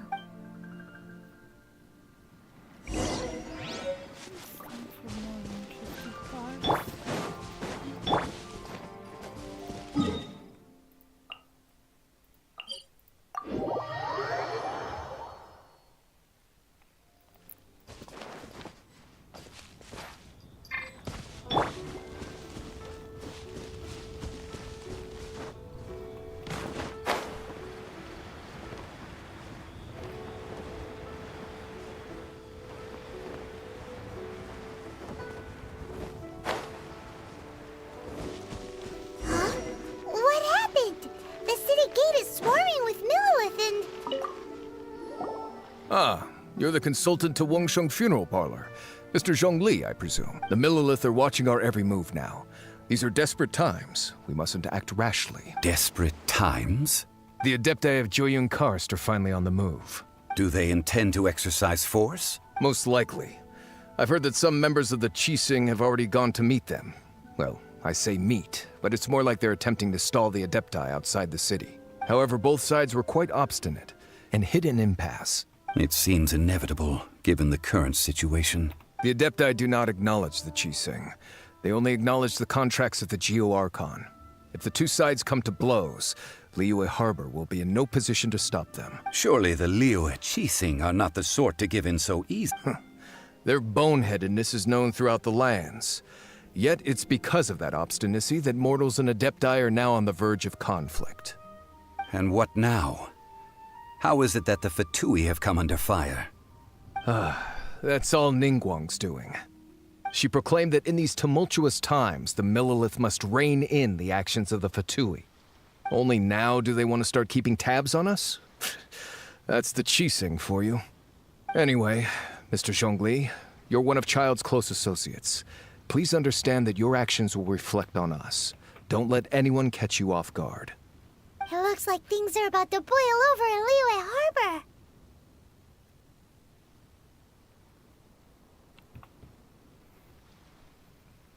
Do you intend to use your neutral identity as an intermediary between both sides? Or will you use your sword to turn the balance? Neither path is an easy one. Oh, by the way, Mr. Zhongli, we've heard that the Wangsheng Funeral Parlor has also been caught up in all of this. They're currently squaring off with the authorities at the gates. Things are taking a turn for the worse. I'm afraid I must leave now to handle things back at Wangsheng Funeral Parlor. I hope that Master Hu has been able to keep things under control for the moment. Consider your next course of action carefully, Traveler. If you're trying to prevent an explosion, it may be wisest to look for the fuse first.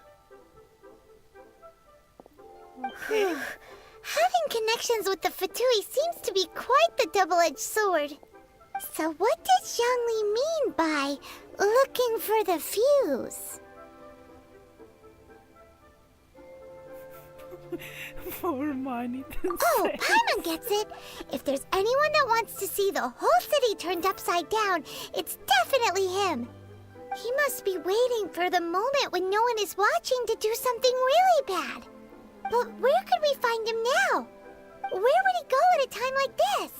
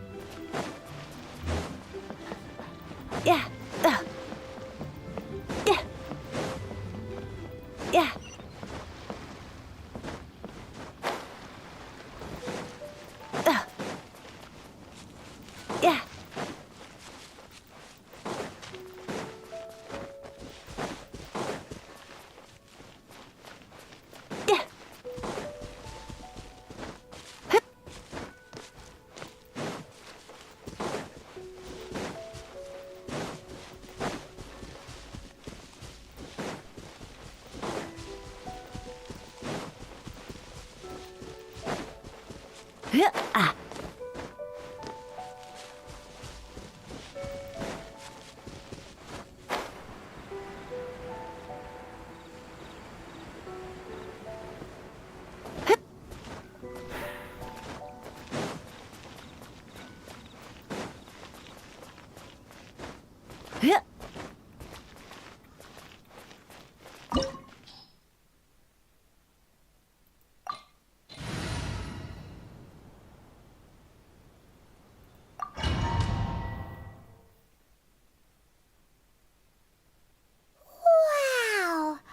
This is the Golden House?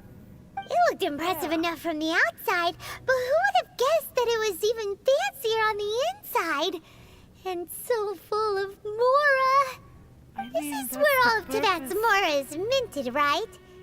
In that case, maybe they won't notice if a few Mora go missing.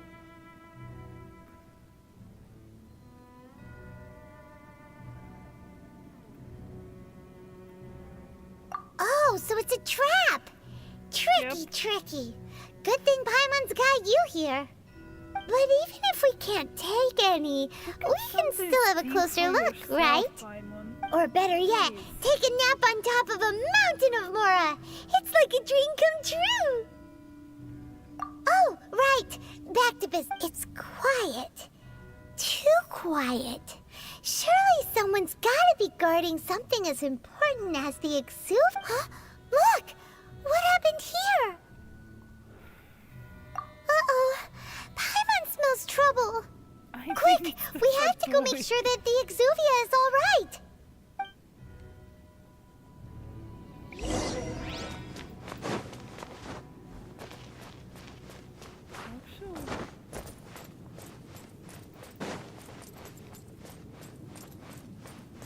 Yeah.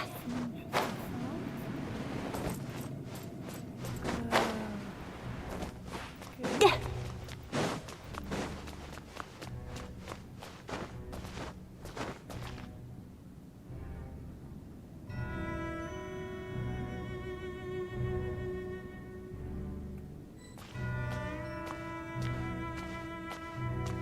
Like Saxonite. I definitely say that wrong. You've already fulfilled your task as guides, so why do you still linger here? Haven't you already seen enough trouble for today? Huh? Who's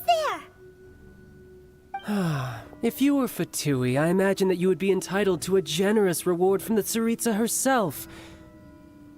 But now, you're nothing but dross, and you're in my way.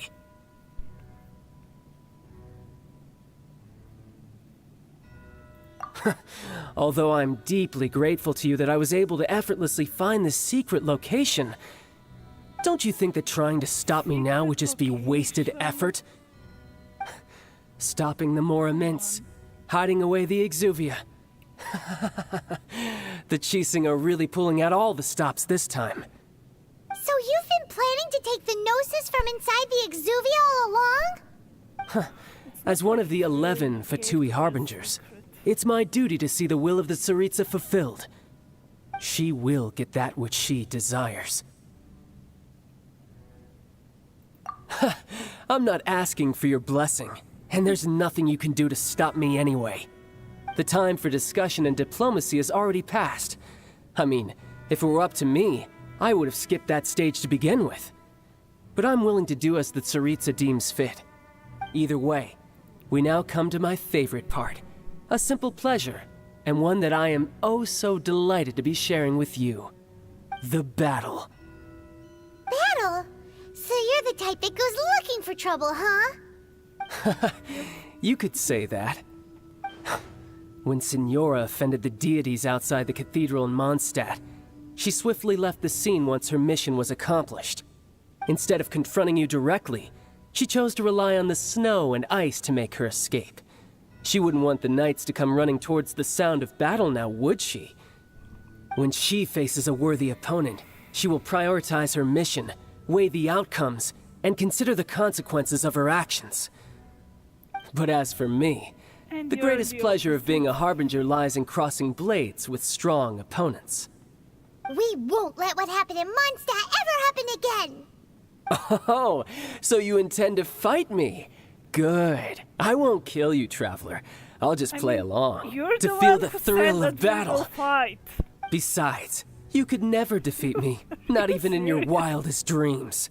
But hey, try to relish the fight anyway, because if you ask me, without that, what else is there?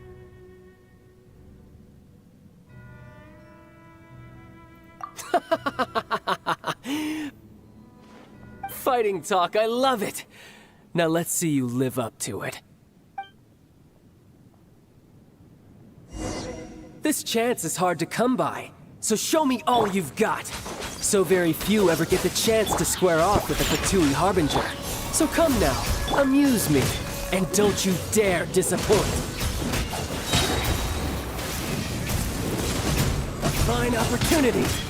Ha! Ha! Not bad, not bad, not bad. You've got a trick or two. Ha!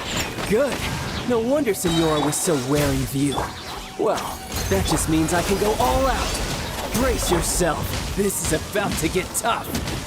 Now, show me what you can do against the might of a Harbinger.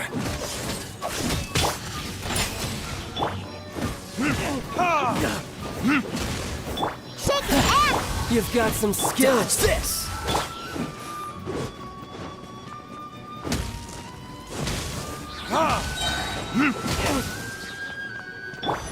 Freeze!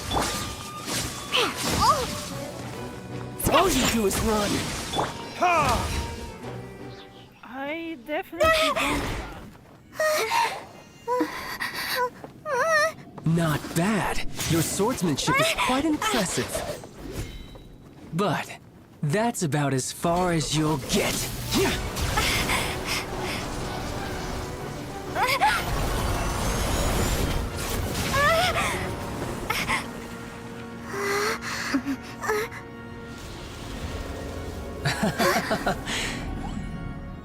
Didn't think you had that card hidden up your sleeve. You were just playing us to get close to the Exuvia! Oh, quiet down. Stop acting like some wide-eyed recruit. You've seen this world. You of all people should know. This should have been expected!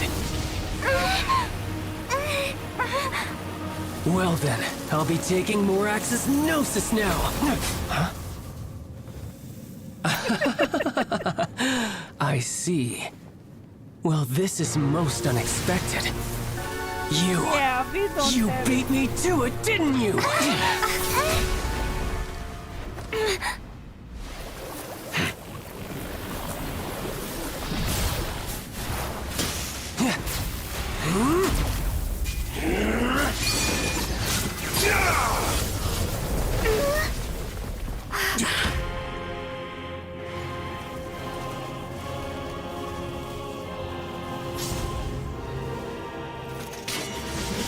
Not bad. But this is going to cost you! Yeah!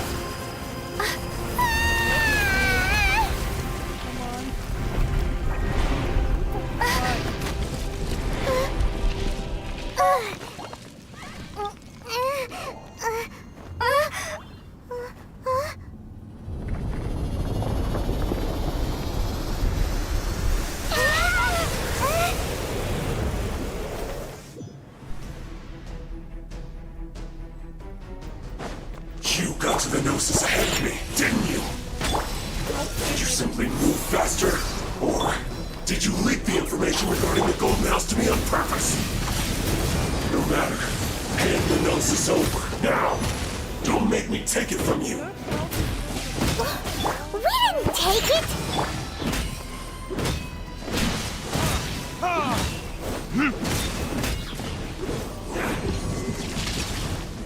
What's the hurry? Cool it! Think you can bully?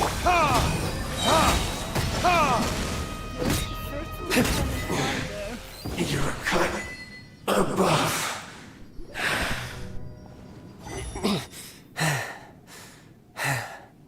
Look! Child's back to normal again! Well then, time to cool off. It seems the burden of the foul legacy transformation was too great for my body. I lacked the opportunity to think this through. And now that I consider the matter more carefully, you never had any chance of beating me to the Gnosis. You had no connection to the Gnosis, no matter where it had been taken. That's what we've been trying to tell you. We didn't take it. Your show of ability today far surpasses that of Signora's initial assessment of you in Mondstadt. Tell me, how could that be? You already know the answer, don't you? I can see it in your eyes. But if that is a secret you wish to keep, I guess I'll just have to curb my curiosity. This battle has already left me satisfied. Anyone who strives as I do to grow stronger shall be called a friend, even if our friendship can only be shown in battle against one another. Pretty sure that's not the normal way to make friends. Unfortunately, I must bring this amiable conversation to an end. My quest still beckons. Given that the Gnosis wasn't taken by anyone, then we must look once again to the beginning. Perhaps it was never in the Exuvia to begin with. In fact, it might be that the Exuvia was just a diversion of sorts. What? So you mean that... Yes, it appears so. Interesting to say the least. It seems that the guardian deity of the capital of commerce is also well versed in little maneuvers beyond the boundaries of contracts. As such, we must now look to our backup plan. Backup plan? I had hoped it would never come to this, for the weak will be swept away in the process. The truth is, the world belongs to those who pursue strength. I seldom willingly involve myself with the weak. Unfortunately, we cannot be picky about our methods as Fatui harbingers. Children must all learn to eat their vegetables sometime. So what are you planning to do? I will awaken the god that lies dormant beneath Guyon's stone forest. A god? Osial, overlord of the Vortex, who was defeated by Morax, the Geo-Archon in the Archon War, and who has remained pinned beneath the waves by the Geo-Archon's stone spears ever since. If such an ancient god were to be unleashed upon Liyue Harbor, defenseless without the protection of its deity, do you think the cunning Rex Lapis would just stand aloof and watch the ensuing destruction? But the Archon War ended 2,000 years ago. How can an ancient god appear in a world now overseen by the Seven? Simple. I've already prepared the means to awaken it. Hey, those are sigils of permission! Oh, Paimon remembers now. The Fatui have been researching them.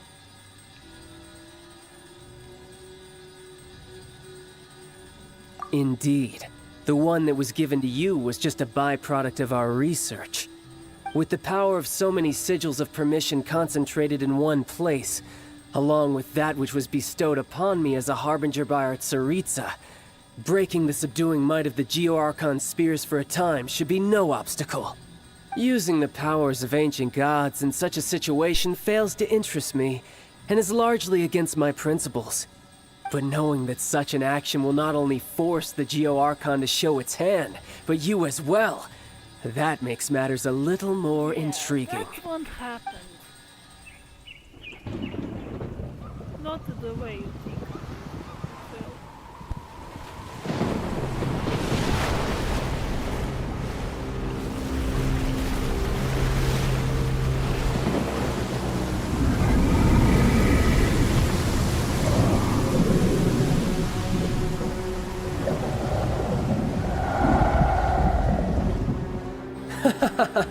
Let's see. Will the nation that has lost its deity be swallowed up by an ancient malice once more? If you wish to drown together with the people of Liyue, you're free to stay and enjoy the show. Huh? He's already gone. That guy is fast. What's going on?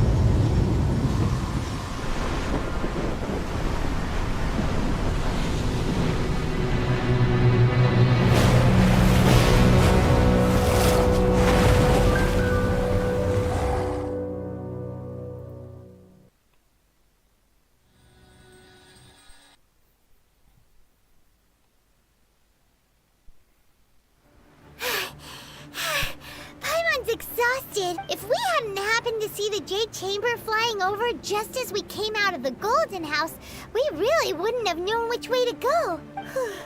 Did we make it in time? Is the Overlord of the Vortex still in the sea? It hasn't destroyed Liyue yet, has it? What are you doing here? Huh? Hold on. It's the Adepti. What are you doing on the Jade Chamber? Paimon thought you were arguing with the Qixing. Is the fighting over? Faced with a calamity of such magnitude, we have agreed to put our differences aside for now and unite against this common enemy. Oh, Paimon gets it. Just seeing this Overlord of the Vortex guy puts a pit in Paimon's tummy. It's not just you. We've got new Millelith recruits who can't even stand at attention without shaking. The force of an ancient god's presence seems to be too much for ordinary people to handle. Which is why we must stop that monster before it gets any closer to Liyue Harbor. So the Archon War was fought 2,000 years ago against enemies like that thing? Now that's scary. So will the power of the Qixing, Millelith, and Adepti gathered here be enough to stop that god? We've already discussed this together, and our conclusion is... What? But all of you are supposed to be the Guardians of Liyue! One certainly could. Huh? The Qixing did once research the matter of the Guizhong Ballista when it piqued their fancy. And as fate would have it, one who did craft the Guizhong Ballista with one's own hands is here. For what could you mortals ever learn of Adepti mechanisms? Yet, it would take one, but a little tinkering to turn this ballista into an engine of war beyond your wildest thoughts. I suppose this is one blessing from the Adepti that we should be thankful for. So be it. We shall use the upgraded Guizhong Ballista to fight off that god. All the Adepti here can lend their strength to man it. We haven't a moment to spare. Our battle begins now. Now. Yep.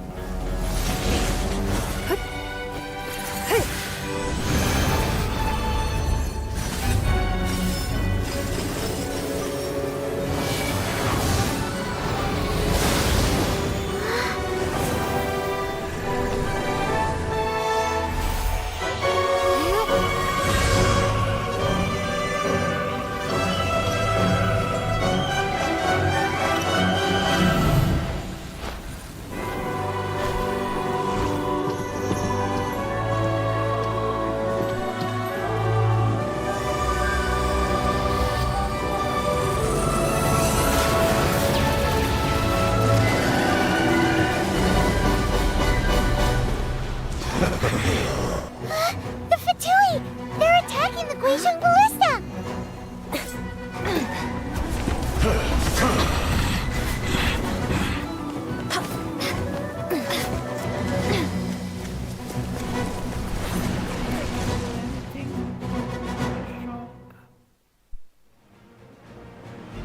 The three Adepti are manning the Guizhong Ballista.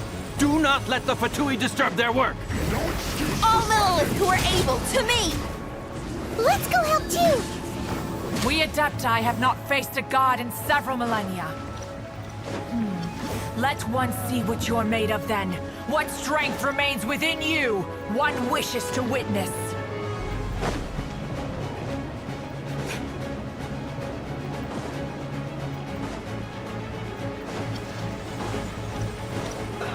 Let's move!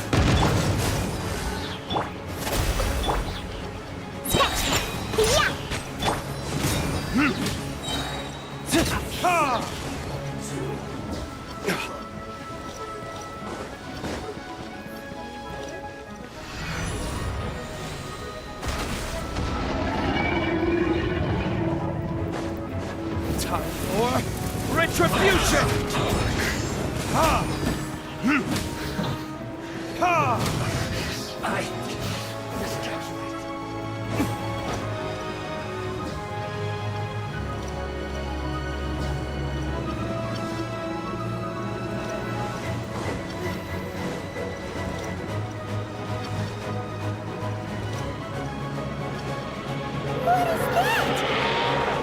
That is Osial's divine power. I am very familiar with it. Be careful not to get hit.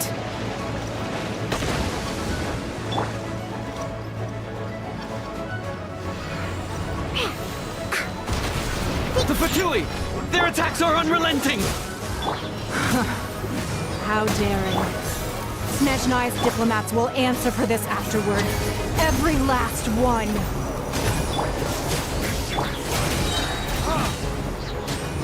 Verdict is...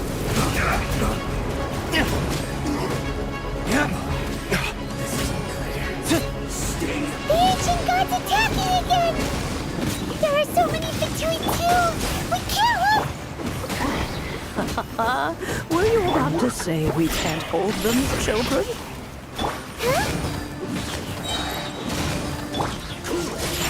Don't lose heart.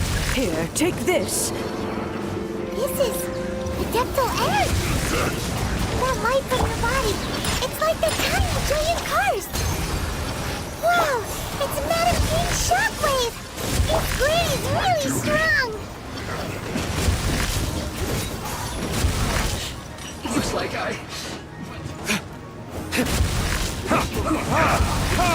This isn't good. I guess. Cool it! Shaken and stirred! Verdict is...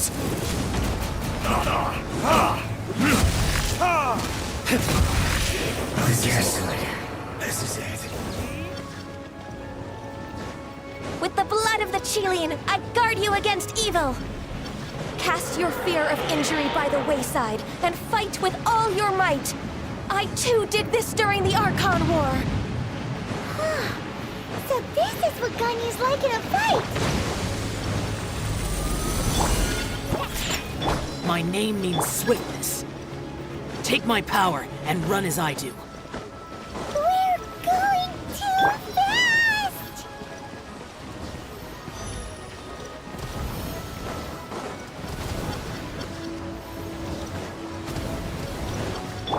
Think you can bully me?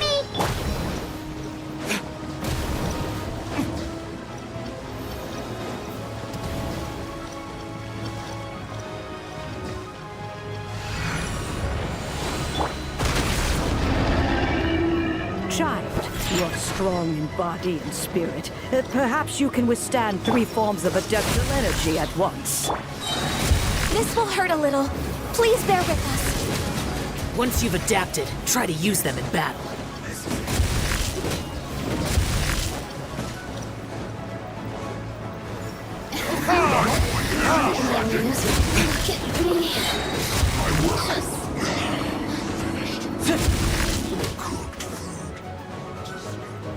Verdict is...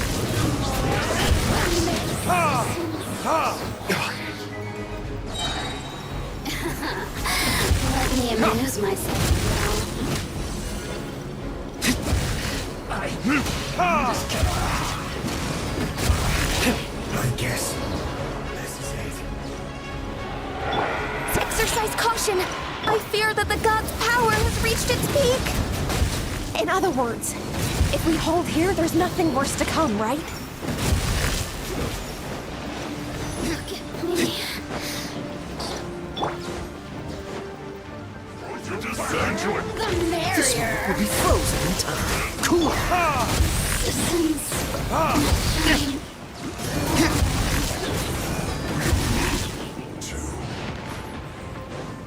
Time for retribution!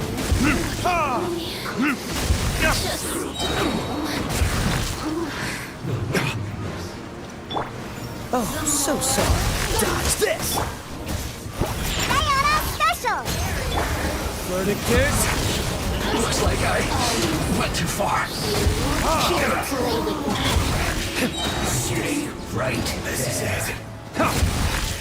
This isn't good. Retribution! The Fatui's numbers are thinning! Fight on, comrades! Once we finish this lot off, the Adepti will be able to deal with the god in peace!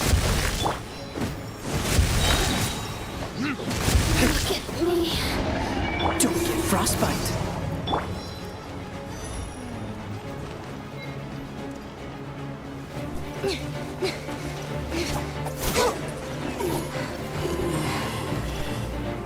The interlopers are no more. Now we may commit ourselves fully.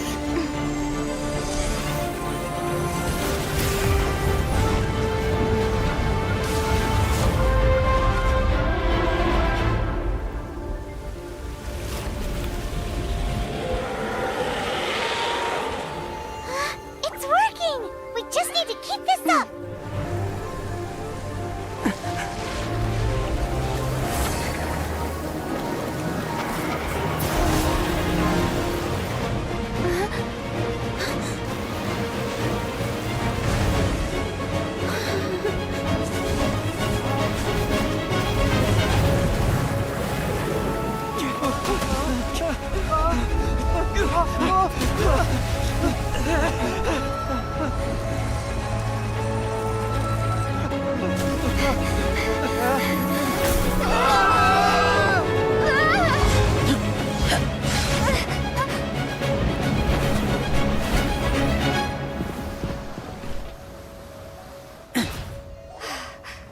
Be careful now. The Guizhong Ballista is destroyed. Without its covering fire, retaliation shall be difficult. But the Jade Chamber is our last line of defense. We can't give another inch, no matter what. I have another idea. What do you mean, Lady Ningguang? I'll sacrifice the Jade Chamber. What is the meaning of this? I understand. Traveler, lend me a hand. Farewell, old friend. Goodbye for now. Let us meet again in the future.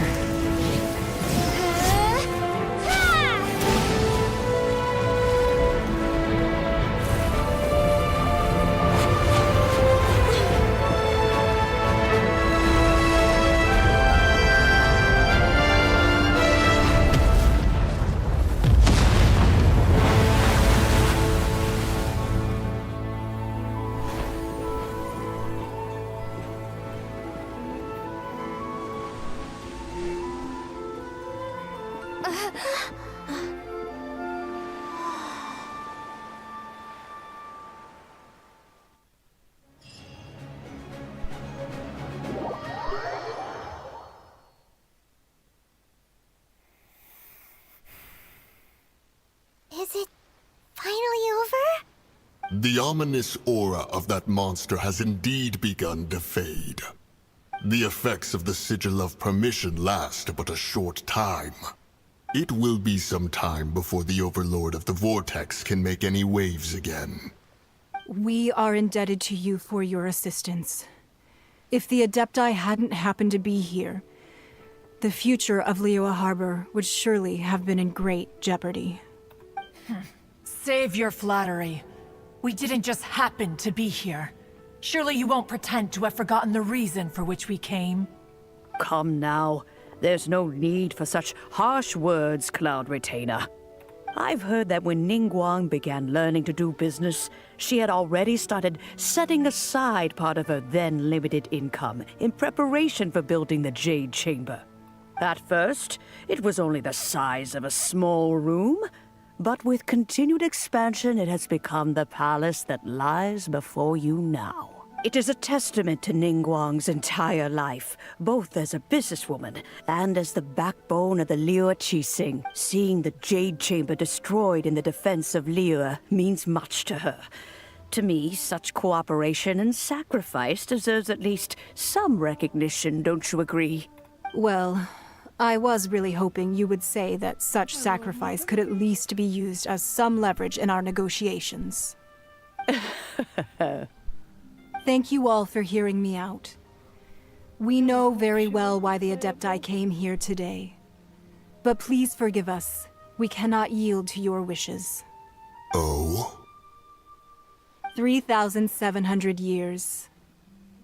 According to our records, the Adepti signed a contract with Rex Lapis to protect Liyue 3,700 years ago.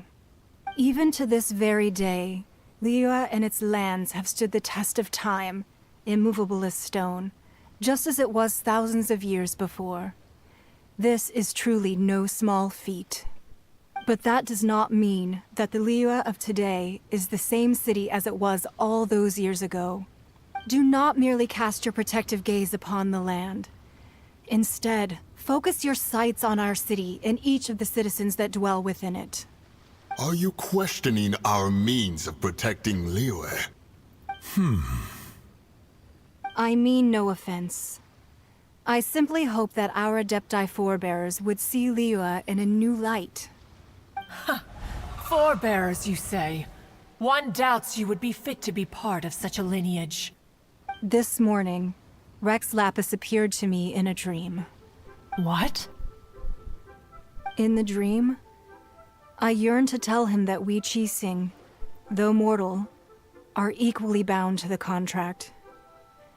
Each passing generation of the Qixing leaves many things of value to be inherited by the next generation. I also thought to tell him how the past generations of Qixing had strove under his rule to survive in our mortal world, establishing a network of contracts which has since come to be known as trade. But I dared not speak. I could only gaze at him in silence until the moment I awoke. Oh, Ningguang. Yet another perspective. What are you trying to say, Outlander?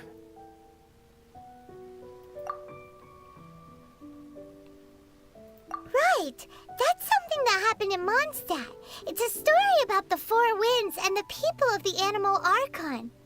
The Animal Archon sought to quell the strife between the two sides, because he believed that such conflict would only scar the hearts of both, and that nothing good would come of it. Each of the 7 nations has its own scars from the past. Though your point is the very height of simplicity. As Adepti, we've become a laughingstock, to be chastised thus by an outlander who has lent us such succor. All right, all right. Didn't Ningguang suggest that we should focus on the city and each of its citizens? I know I already have, so why not see for yourselves? I apologize for appearing in full armor. I am afraid I cannot show the proper courtesies. And who are you? I am Feng Yan, a sergeant of the Millelith. I have come to extend my thanks to the Adepti. I thought this battle would perhaps be my last. But thanks to the aid of the Adepti, our forces were not as badly battered as I feared we might be. Although I am a mere mortal soldier, I promise to hold the line and never betray the grace given to us by the illuminated Adepti this day.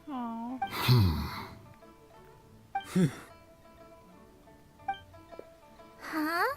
Why does everyone look so down? Didn't we just beat that big monster? Weren't you frightened, dear? It was quite the predicament. I wasn't afraid. All the strong Millelith guards were there, and those powerful heroes with their visions were there. Everyone was there. When danger is near, everyone always protects me. And the rest of the time, they make fun toys and tasty snacks and loads of things that make the harbor so pretty. Thanks for protecting Liyue Harbor. Please come visit us for the next lantern rite. Unfortunately, we wouldn't be able to participate. Huh? Because we are Adepti. Oh, okay. It must be hard being an Adeptus. Aww. You see, this is what Liyue is like today.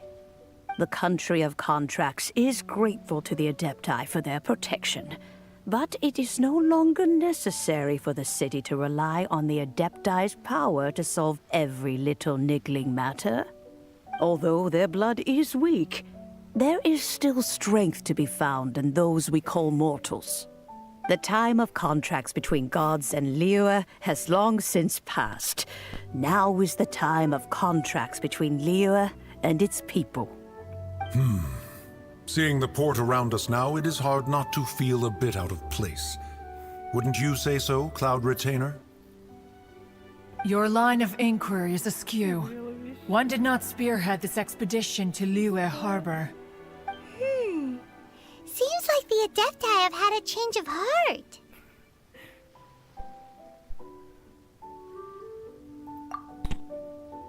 Let us return now.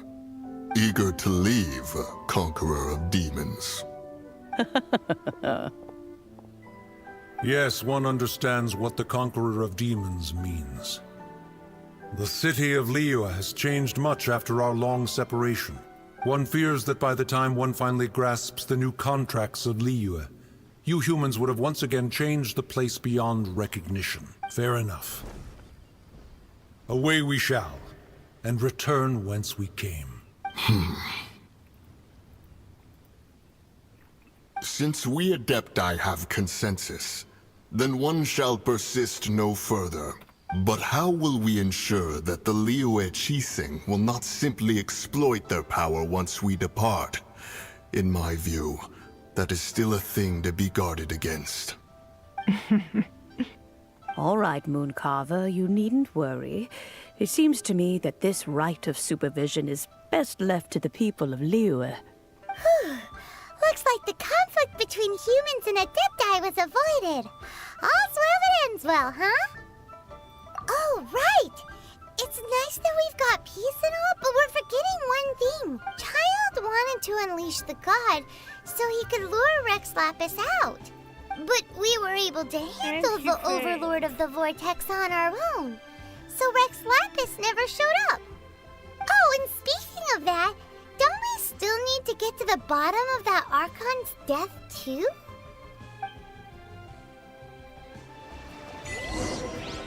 Paimon doesn't get it.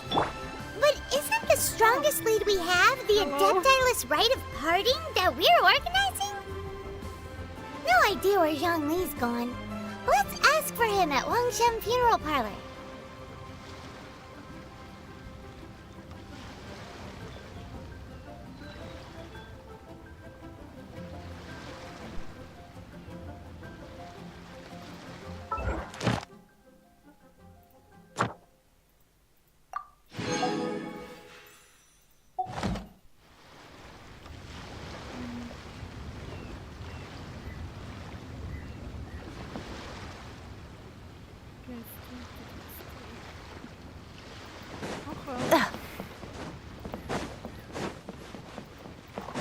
Yeah.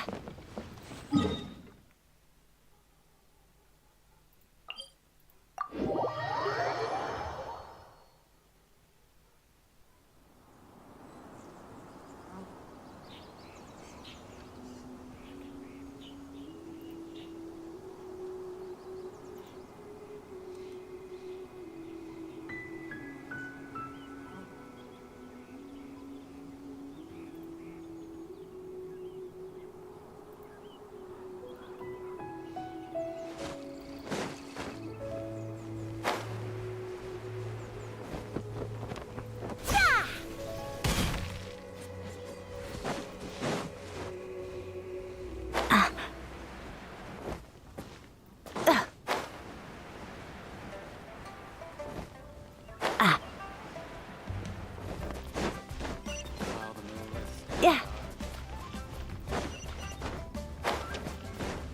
Yeah.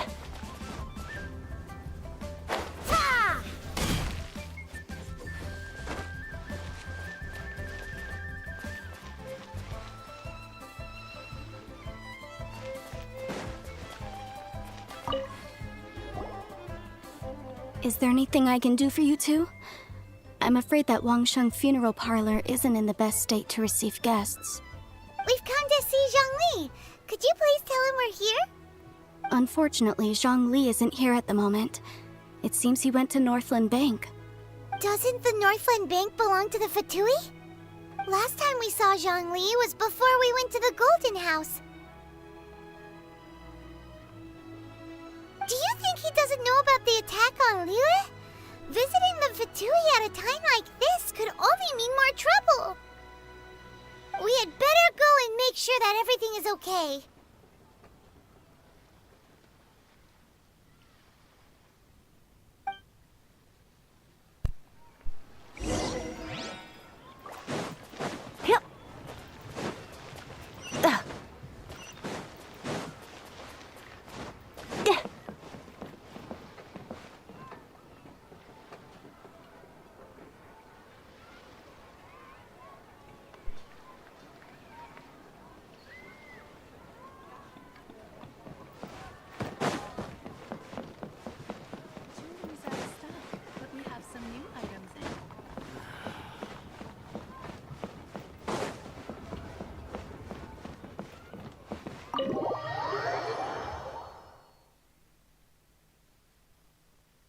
You call this cooperation between harbingers? Cooperation involves communication, you know. Don't take it to heart, child. Besides, aren't you happy that you got to skip the formalities and bring chaos to the land? I'm sure you must have enjoyed that. Oh, it seems that some of your friends have arrived. Hey, it's Zhongli and Child. And you! You're also one of the Harbingers? It's you two. I believe we've met once before. In the city of Bards, was it? I'm glad you still remember my name. Ah, right. I imagine that it must have been rather hard to forget watching helplessly as something precious was snatched away from your friend.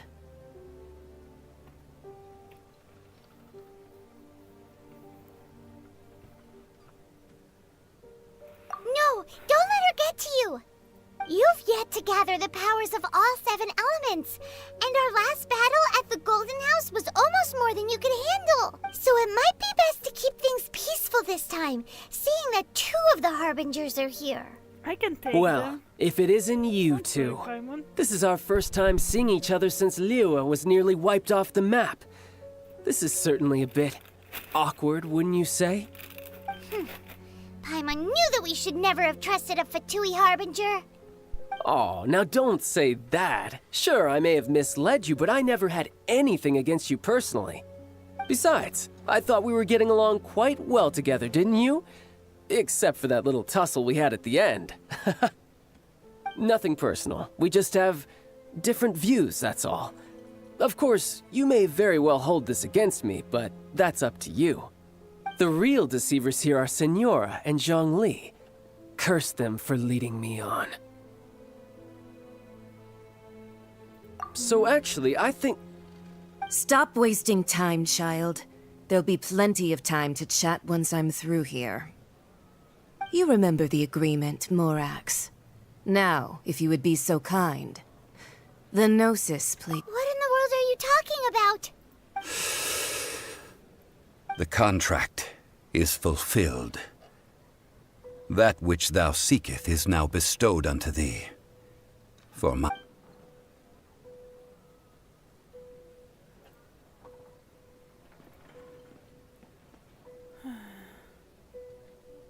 How sanctimonious.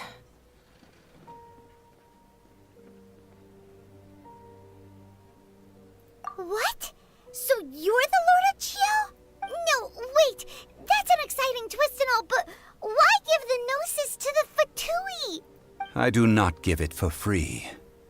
I give it as agreed upon in the contract, for it is a matter solely between the Tsaritsa and I. Yeah, you don't think you went a little bit too far with that whole fake death thing? Everyone was preparing the ceremony for you, and splat! This big dragon falls out of the sky, and all of Liyue goes into an uproar. Talk about a disaster. Gathering all the forces that had been bubbling behind the scenes, and then stirring them together in a pot that was bound to boil over. That's what he wanted to see, am I right? Wait, what? Perhaps it's best that I explain. As you know, I've dwelt upon this world for more than 6,000 years. It is now 3,700 years ago that I founded Liyue together with the Adepti.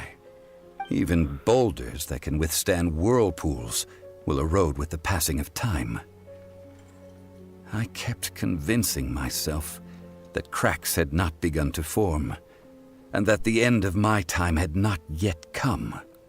Until one drizzly day, as I was strolling along the harbor, I heard a merchant tell one of his workers, "You finished your duties.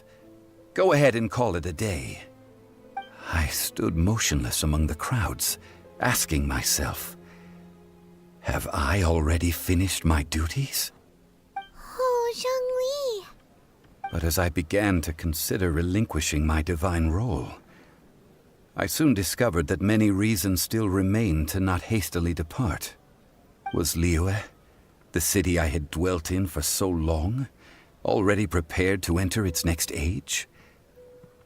I decided that a test was needed in order to reveal the answer. So I feigned my own death, and gathered the cast of Child, the Adepti, and the Liyue Qixing to play their roles together on the stage that was Liyue.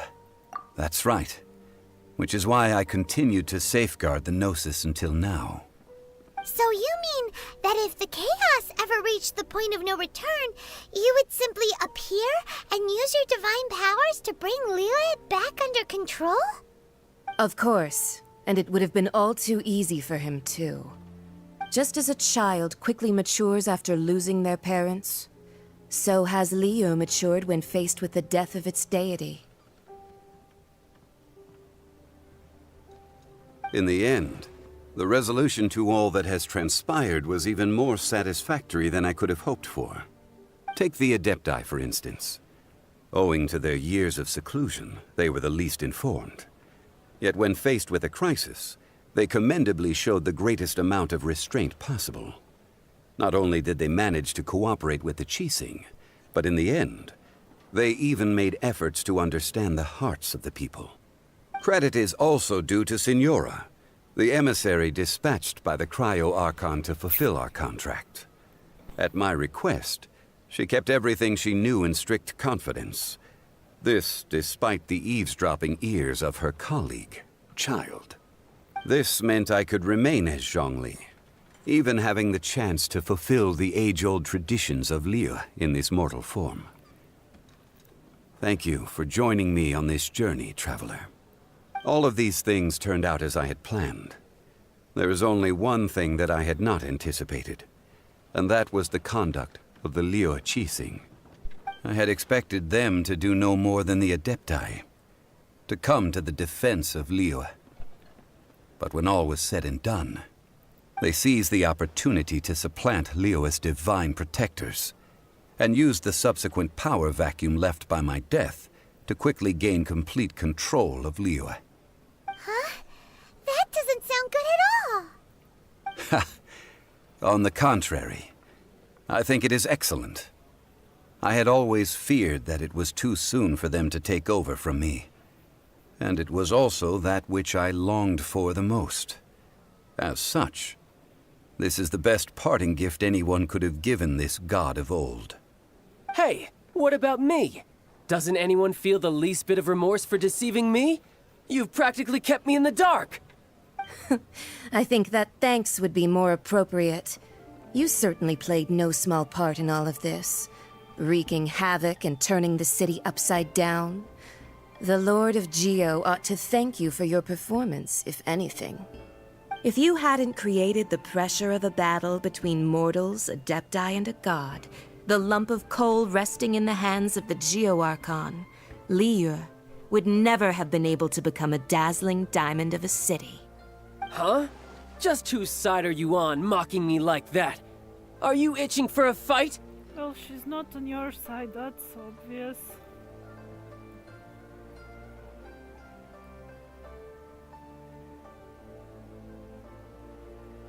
Be that as it may, you've come out of this as the hero of Liyue. I, on the other hand, will be forever prescribed as a disturber of the peace, no? Well then, with the Gnosis in my possession, I have no use for such idle chatter. We should return to Zapoljarny Palace and seek an audience with Her Majesty, the Tsaritsa. Come, child. Fine. I'll meet you there later. I'm not sharing a boat with the likes of you. Do as you wish.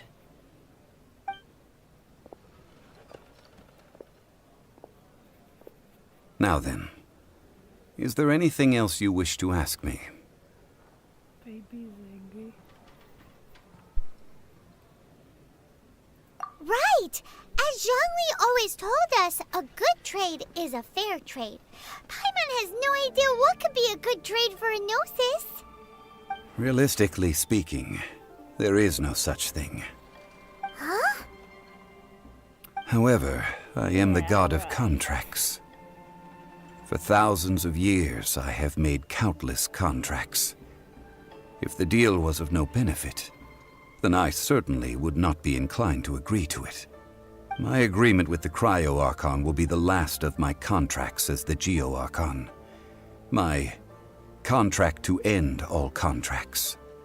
As for the bargaining chip that the Tsaritsa used to balance the scales, uncover that answer for yourself in your future journeys.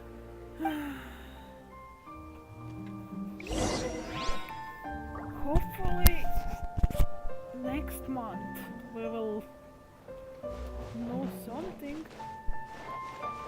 In another year we will definitely know something. Paimon can't absorb so much information at once. So, Zhongli, what sort of contract? One of the... Okay.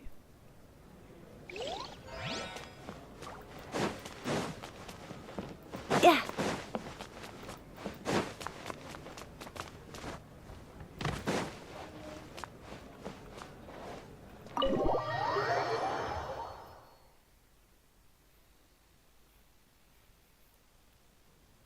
Today's the day of the rite of parting. Although the star of the show is fake, we've spent so much time trying to organize it, it would be a real shame not to go there now. Let's go then.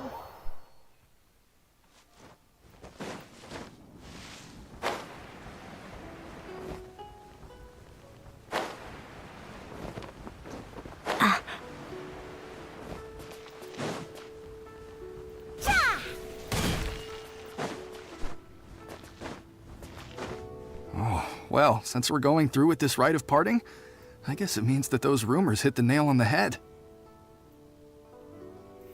So Rex Lapis is really... But they didn't catch the culprit, did they? Oh, come on. Do you think that the assassin could have been a normal person? You know what I think. I don't think any of the gossip on the streets you hear from those shady types is worth anything. There's only one real possibility in my mind. I've heard that the assassin was that Fatui fellow. Youngish, pretty high in rank. I think they called him Child. The Fatui? They certainly are very suspicious. Who knows what those greedy, crooked folks... Shh! Lower your voice. If the Fatui catch you in their sights, Rex Lapis won't be around to protect you this time.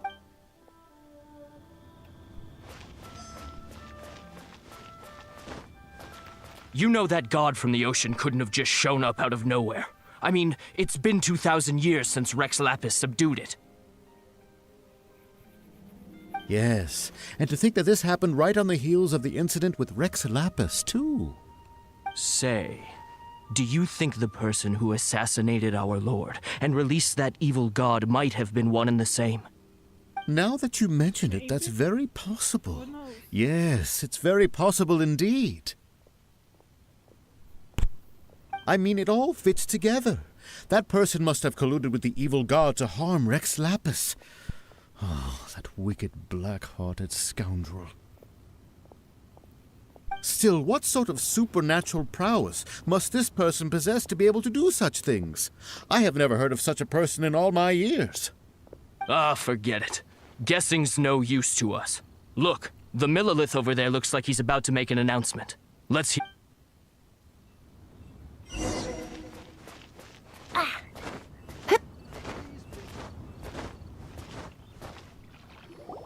Hear ye all! The Qixing's words. Though a dragon soars ageless as the mountains, it too must return to dust. This is common knowledge. Gods and Adepti live glorious lives, but both light and shadow have their season. So too must they face divinely appointed trials. Rumors and hearsay abound on the streets that Rex Lapis was murdered. Now, let the truth be revealed. Having been thwarted in his trial, Rex Lapis's soul has recouped the celestial heights. He beseeches the people of Liyue to grieve not and to let not their hearts be saddened. Nor are they to believe street-born rumors or indulge in baseless speculation.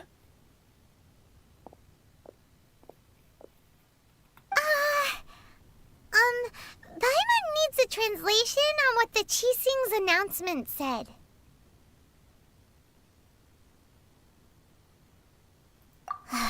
So that's how they're spinning it. Something feels off. Why would they suddenly give up looking for the murderer? Not to mention how this excuse sounds like something they just made up on the spot. Maybe Could the they just Qixing made it already on have the known that Rex Lapis wasn't dead? But Zhongli said that neither they nor the Adepti knew anything. Did Zhongli tell them in secret after his gnosis changed hands? Exactly, right? Ooh, seems like the rite of parting has been going on for a while now. Let's go have a look.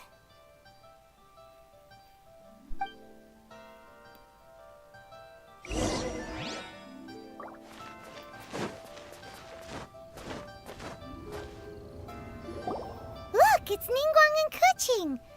Are they saying something? Are their speeches over? As said previously, Rex Lapis's soul returning to the heavens is the end of the contract.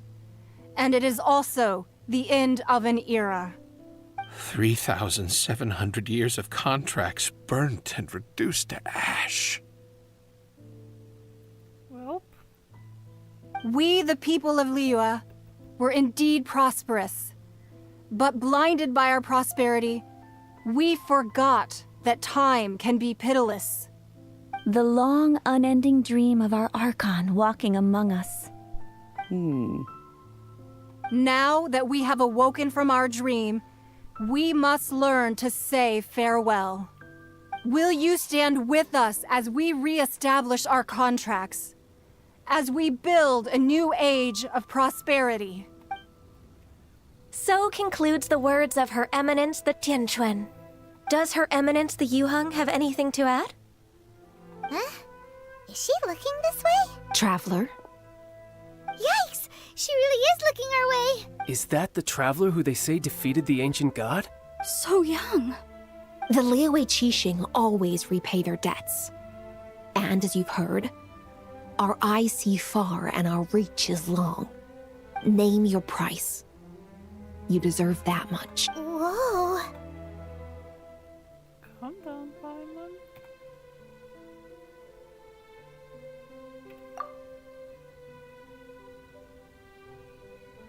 Well, could you help me put up some missing person posters?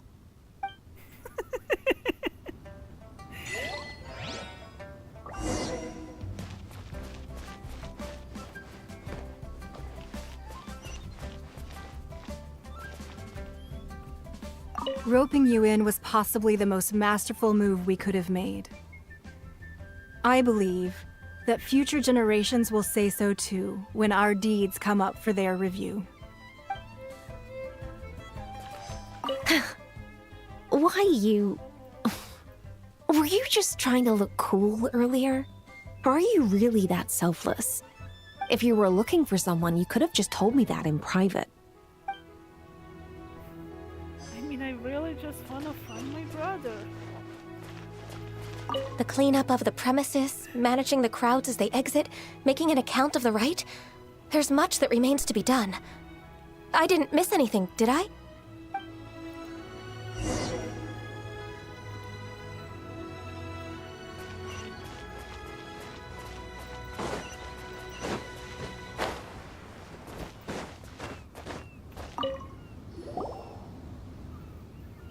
Hey, Zhongli! Look at this. Everyone in Liyue is caught up in their emotions, thinking that they'll never see Rex Lapis again. And here you are looking all relaxed. Why would I not feel more at ease after laying down the burden I have borne for 3,700 years? Right. If the two of you can spare the time, I should treat you to a meal at the Liyue kiosk. You will see us. That sounds like big talk, Zhongli.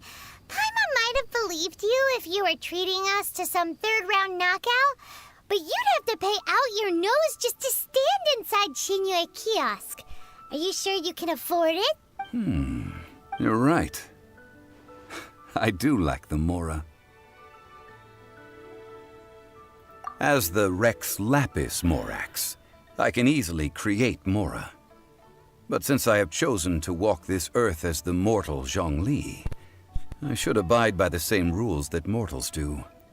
When I was journeying with you, though I still had the Gnosis in hand, I knew that I must soon retire from my role as an Archon, so I had to rehearse a little for my new life. Oh, no wonder! Paimon gets it now. You didn't look at the price tags when we were spending because you've never had to. But since you weren't used to not being able to just make more Mora as and when you wanted to, you had to try becoming a parasite to society who lives off of other people's credit. Well, we were only spending Fatui money. You don't have to say it like that. Yes, we need In to the say it City like of that. Commerce, we do not merely exchange money or goods. We also exchange knowledge, memories, and foresight, as well as positions, roles, and lives. The Archon Morax could never experience life as the true mortal Zhongli could, no matter how many times he descended to be with his people. I must thank you for that. I will treasure the memories that I made as Zhongli, traveling the streets of Liyue with you. That is true. But there is no journey that does not end. No meetings without partings. Paimon thinks that we should make a move and continue our search for the Seven. I fear that continuing your journey may be difficult. The nation that neighbors Liyue by sea, Inazuma, is presently closed. The Electro-Archon Ball. And just as the people of Liyue preferred to call me Rex Lapis, she too goes by another name among locals in Inazuma. Paimon thinks we've heard that one before. Raiden? That is the case. And since Raiden is also the Shogun of Inazuma, people call her the Raiden Shogun. That said, though people at the wharf were saying that the situation in Inazuma is very tense, Paimon doesn't remember that always being the case. It wasn't that bad last year. Zhongli, since you're Rex Lapis, shouldn't you know something about what's happening there? Just how did Inazuma become a closed nation? It's because of visions. Visions? When faced with circumstances beyond their control, humans often bemoan their lack of power. But if a person shows true strength of will at a desperate and fateful moment in their life, the gods will look upon them with favor. This is what visions are. Magical foci bestowed upon those who have been acknowledged by the gods. Uh-huh. That's how people in Teyvat see it. But starting from last year, the Raiden Shogun began promulgating the Vision Hunt Decree. Vision Hunt Decree? Yes. It was an order to seize all visions within Inazuma's borders, and to inlay them upon the hands of the statue of the omnipresent god. They want to seize visions. But why? Aren't visions blessings from the gods? I should think that in the Raiden Shogun's eyes, it is precisely because they are divine blessings that they should be under the sole dominion of divinity. Whoa, that's harsh. The Animo Archon is the god of freedom, and the Geo Archon is the god of contracts. For her part, the Raiden Shogun is the god of eternity. It seems as though she has finally decided to eliminate any unstable elements that could pose a threat to her eternal realm. The fact that even I, the oldest of the seven, have now passed away, will only strengthen her resolve to pursue eternity. Knowing her, she must have again quoted that adage she is most fond of when proclaiming that decree to her people. 7 ideals for 7 gods, and of these, eternity is nearest unto the heavenly principles. All right then. Was there anything else you wish to know? Ah, that was a good one. Failing a divine trial. How they came up with that excuse, I will never know. That said, The reason why the Qixing were so eager to resolve the incident and stop pursuing the culprit was indeed because they received news in secret that Rex Lapis was not dead. I hinted as much to the Adepti as well. How did I accomplish that, you ask? Have you ever heard of this particularly convenient Adepti art known as gifting dreams and visions? All right then. Was there anything else you wished? Yeah, about that. Before the Qixing made their announcement, we listened to a lot of people talking on the way. Most of them put the blame for everything on Child. These are indeed false accusations. But it remains undeniably true that Child did send people to the Jade Chamber to prevent the Adepti and the Qixing from defeating the ancient god. I've heard that Ningguang is busy milking that for all it's worth on the foreign relations front at the moment, browbeating the envoys of the Fatui. Ha! Those poor Snezhnayan diplomats. If it were not for Child's exalted position as a harbinger, I'm certain that they would have shifted all the blame to him and called for his dismissal by now. All right then. Was there anything else you wish to know? The time of the Adepti has long passed. If even the Liyue Qixing don't want to face that truth, then what future is there for Liyue? Kuching is absolutely right in saying this. Now, though I did laud Ningguang's desire for power, believing this to be a good thing, and thought as a matter of course that she must have been behind the Qixing's plan to take governing power over Liyue from the hands of the gods and Adepti, could the original person who brought up the idea of seizing power have been... All right then. Was there any... That's right. Zhongli, now that you don't have your gnosis, what's going to happen to all the Mora in Teyvat? Since Morax is dead, are they all just gonna disappear? Also, isn't the Golden House the only mint in the entire continent? Will it even continue to work? The Mora present now will not vanish. But the Golden House will indeed have to cease operations for a lengthy period of time, since creating Mora requires the use of the Geo-Archon's power. This is terrible! We're all about to run out of Mora! The world is coming to an end! Yes, this is indeed a major issue from a financial standpoint. Well, I suppose we'll just leave such troublesome matters to the Liyue Qixing to debate. Then, did you at least set some private funds aside for yourself? Oh, a private fund. This does seem like a good, logical, common-sense idea. It's a shame. What's a shame? It's a shame that I didn't think of it at the time. All right then. Was there a... Well then, I suppose you'll have to find a way to get inside this closed nation. Have patience. I suspect that some serendipity must first come into play.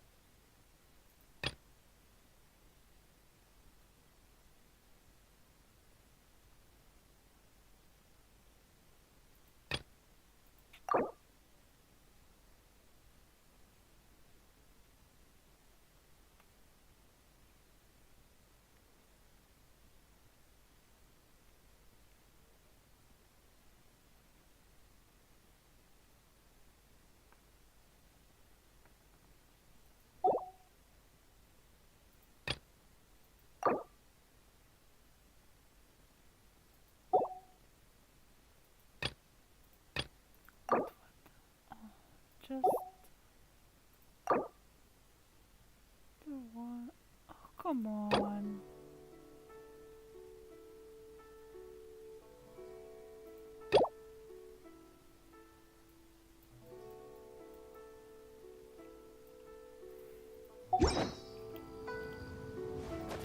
Yeah.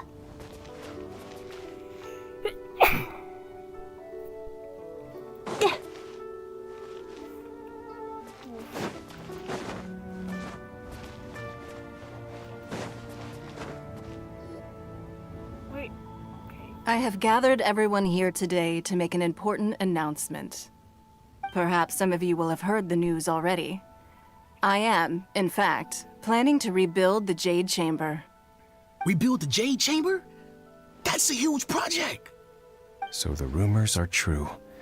No wonder the price of building materials has gone up so much lately. The Jade Chamber means a lot to Lady Ningguang. Getting involved in this would be a huge opportunity. Lady Ningguang, is there any way we can be of service? Patience. Since the news made it out a few days ago, I have already had many people contacting me to declare an interest in joining the project. Nevertheless, I do have a few matters I should like to entrust to you here today. The building site has been chosen, and most of the materials have been assembled. 3 key items are, however, still outstanding. They are as follows: Sunset Vermilionite, Wonder Cores, and Adepti Sigils.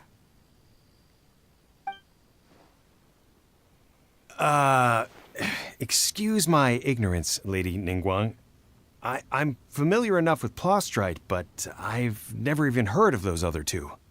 Only sufficiently large pieces of Plostrite, or specifically Vermilionite, may earn themselves the Sunset moniker.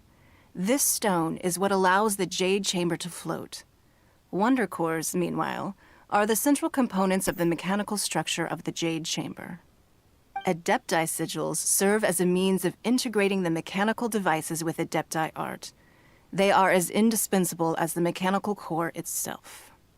Although these 3 items are rare, I trust that with your connections and capabilities, procuring them will not be a question of if, but of when. I take the saying, time is money, more seriously than most. Efficiency is everything. I will pay a generous price for the materials that you find, and in addition, the first 3 people who collect all the materials will have the opportunity to ask me a question. You may ask me anything, and I will give you an honest answer. I trust that this means of compensation will be to everyone's satisfaction. These things won't be easy to get hold of. But if it means a chance to get some inside information on Liyue Harbor's development plan for next year... Then it's the deal of a lifetime. Information from Lady Ningguang is priceless. Whoever gets to it first takes the market. Haha, what a coincidence! I won't divulge too much, but I heard some murmurings about some Plostrite just the other day. So excuse me all, but, I have some business to do.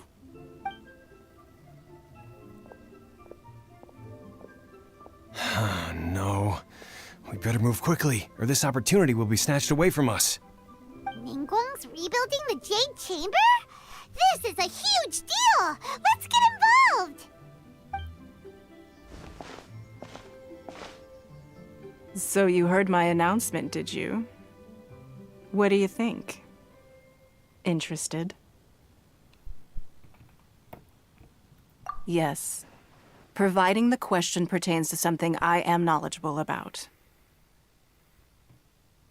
Really? Ooh, then Paimon will ask you about how to run a business! Then we'll never be short of Mora ever again. Of course. But how much information I share with you will depend on your performance. The construction of the Jade Chamber requires a great deal of space. The abandoned mine outside the Golden House has been selected as the building site. Once you have collected the materials, please take them there. I have other business to attend to now. Otherwise, I would gladly escort you to the site in person. When you do arrive, please seek out my secretary. Remember, this is a race against the clock. A rare opportunity presents itself to you. Do not let somebody else snatch it from your grasp. Ningguang seems super busy. Come on, we better get going. First, we gotta get out of Eugene Terrace. Huh? Look! It seems like there's something kind of fishy going on over there. Ma'am, you seem like an eminent and distinguished young lady to me. I can see that you're easily gonna win this procurement contest, Lady D. As it happens, we have some information about the materials that I really think might interest you. Come on, let's find— No, I don't need it. Don't be like that. Hey, come on, don't go! Why don't you stand there after her? Oh, right, yeah.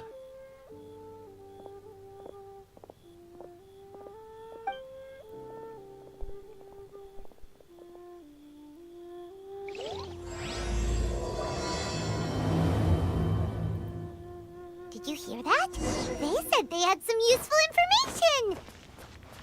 Information's just what we need right now. Let's follow them and see what we can find out.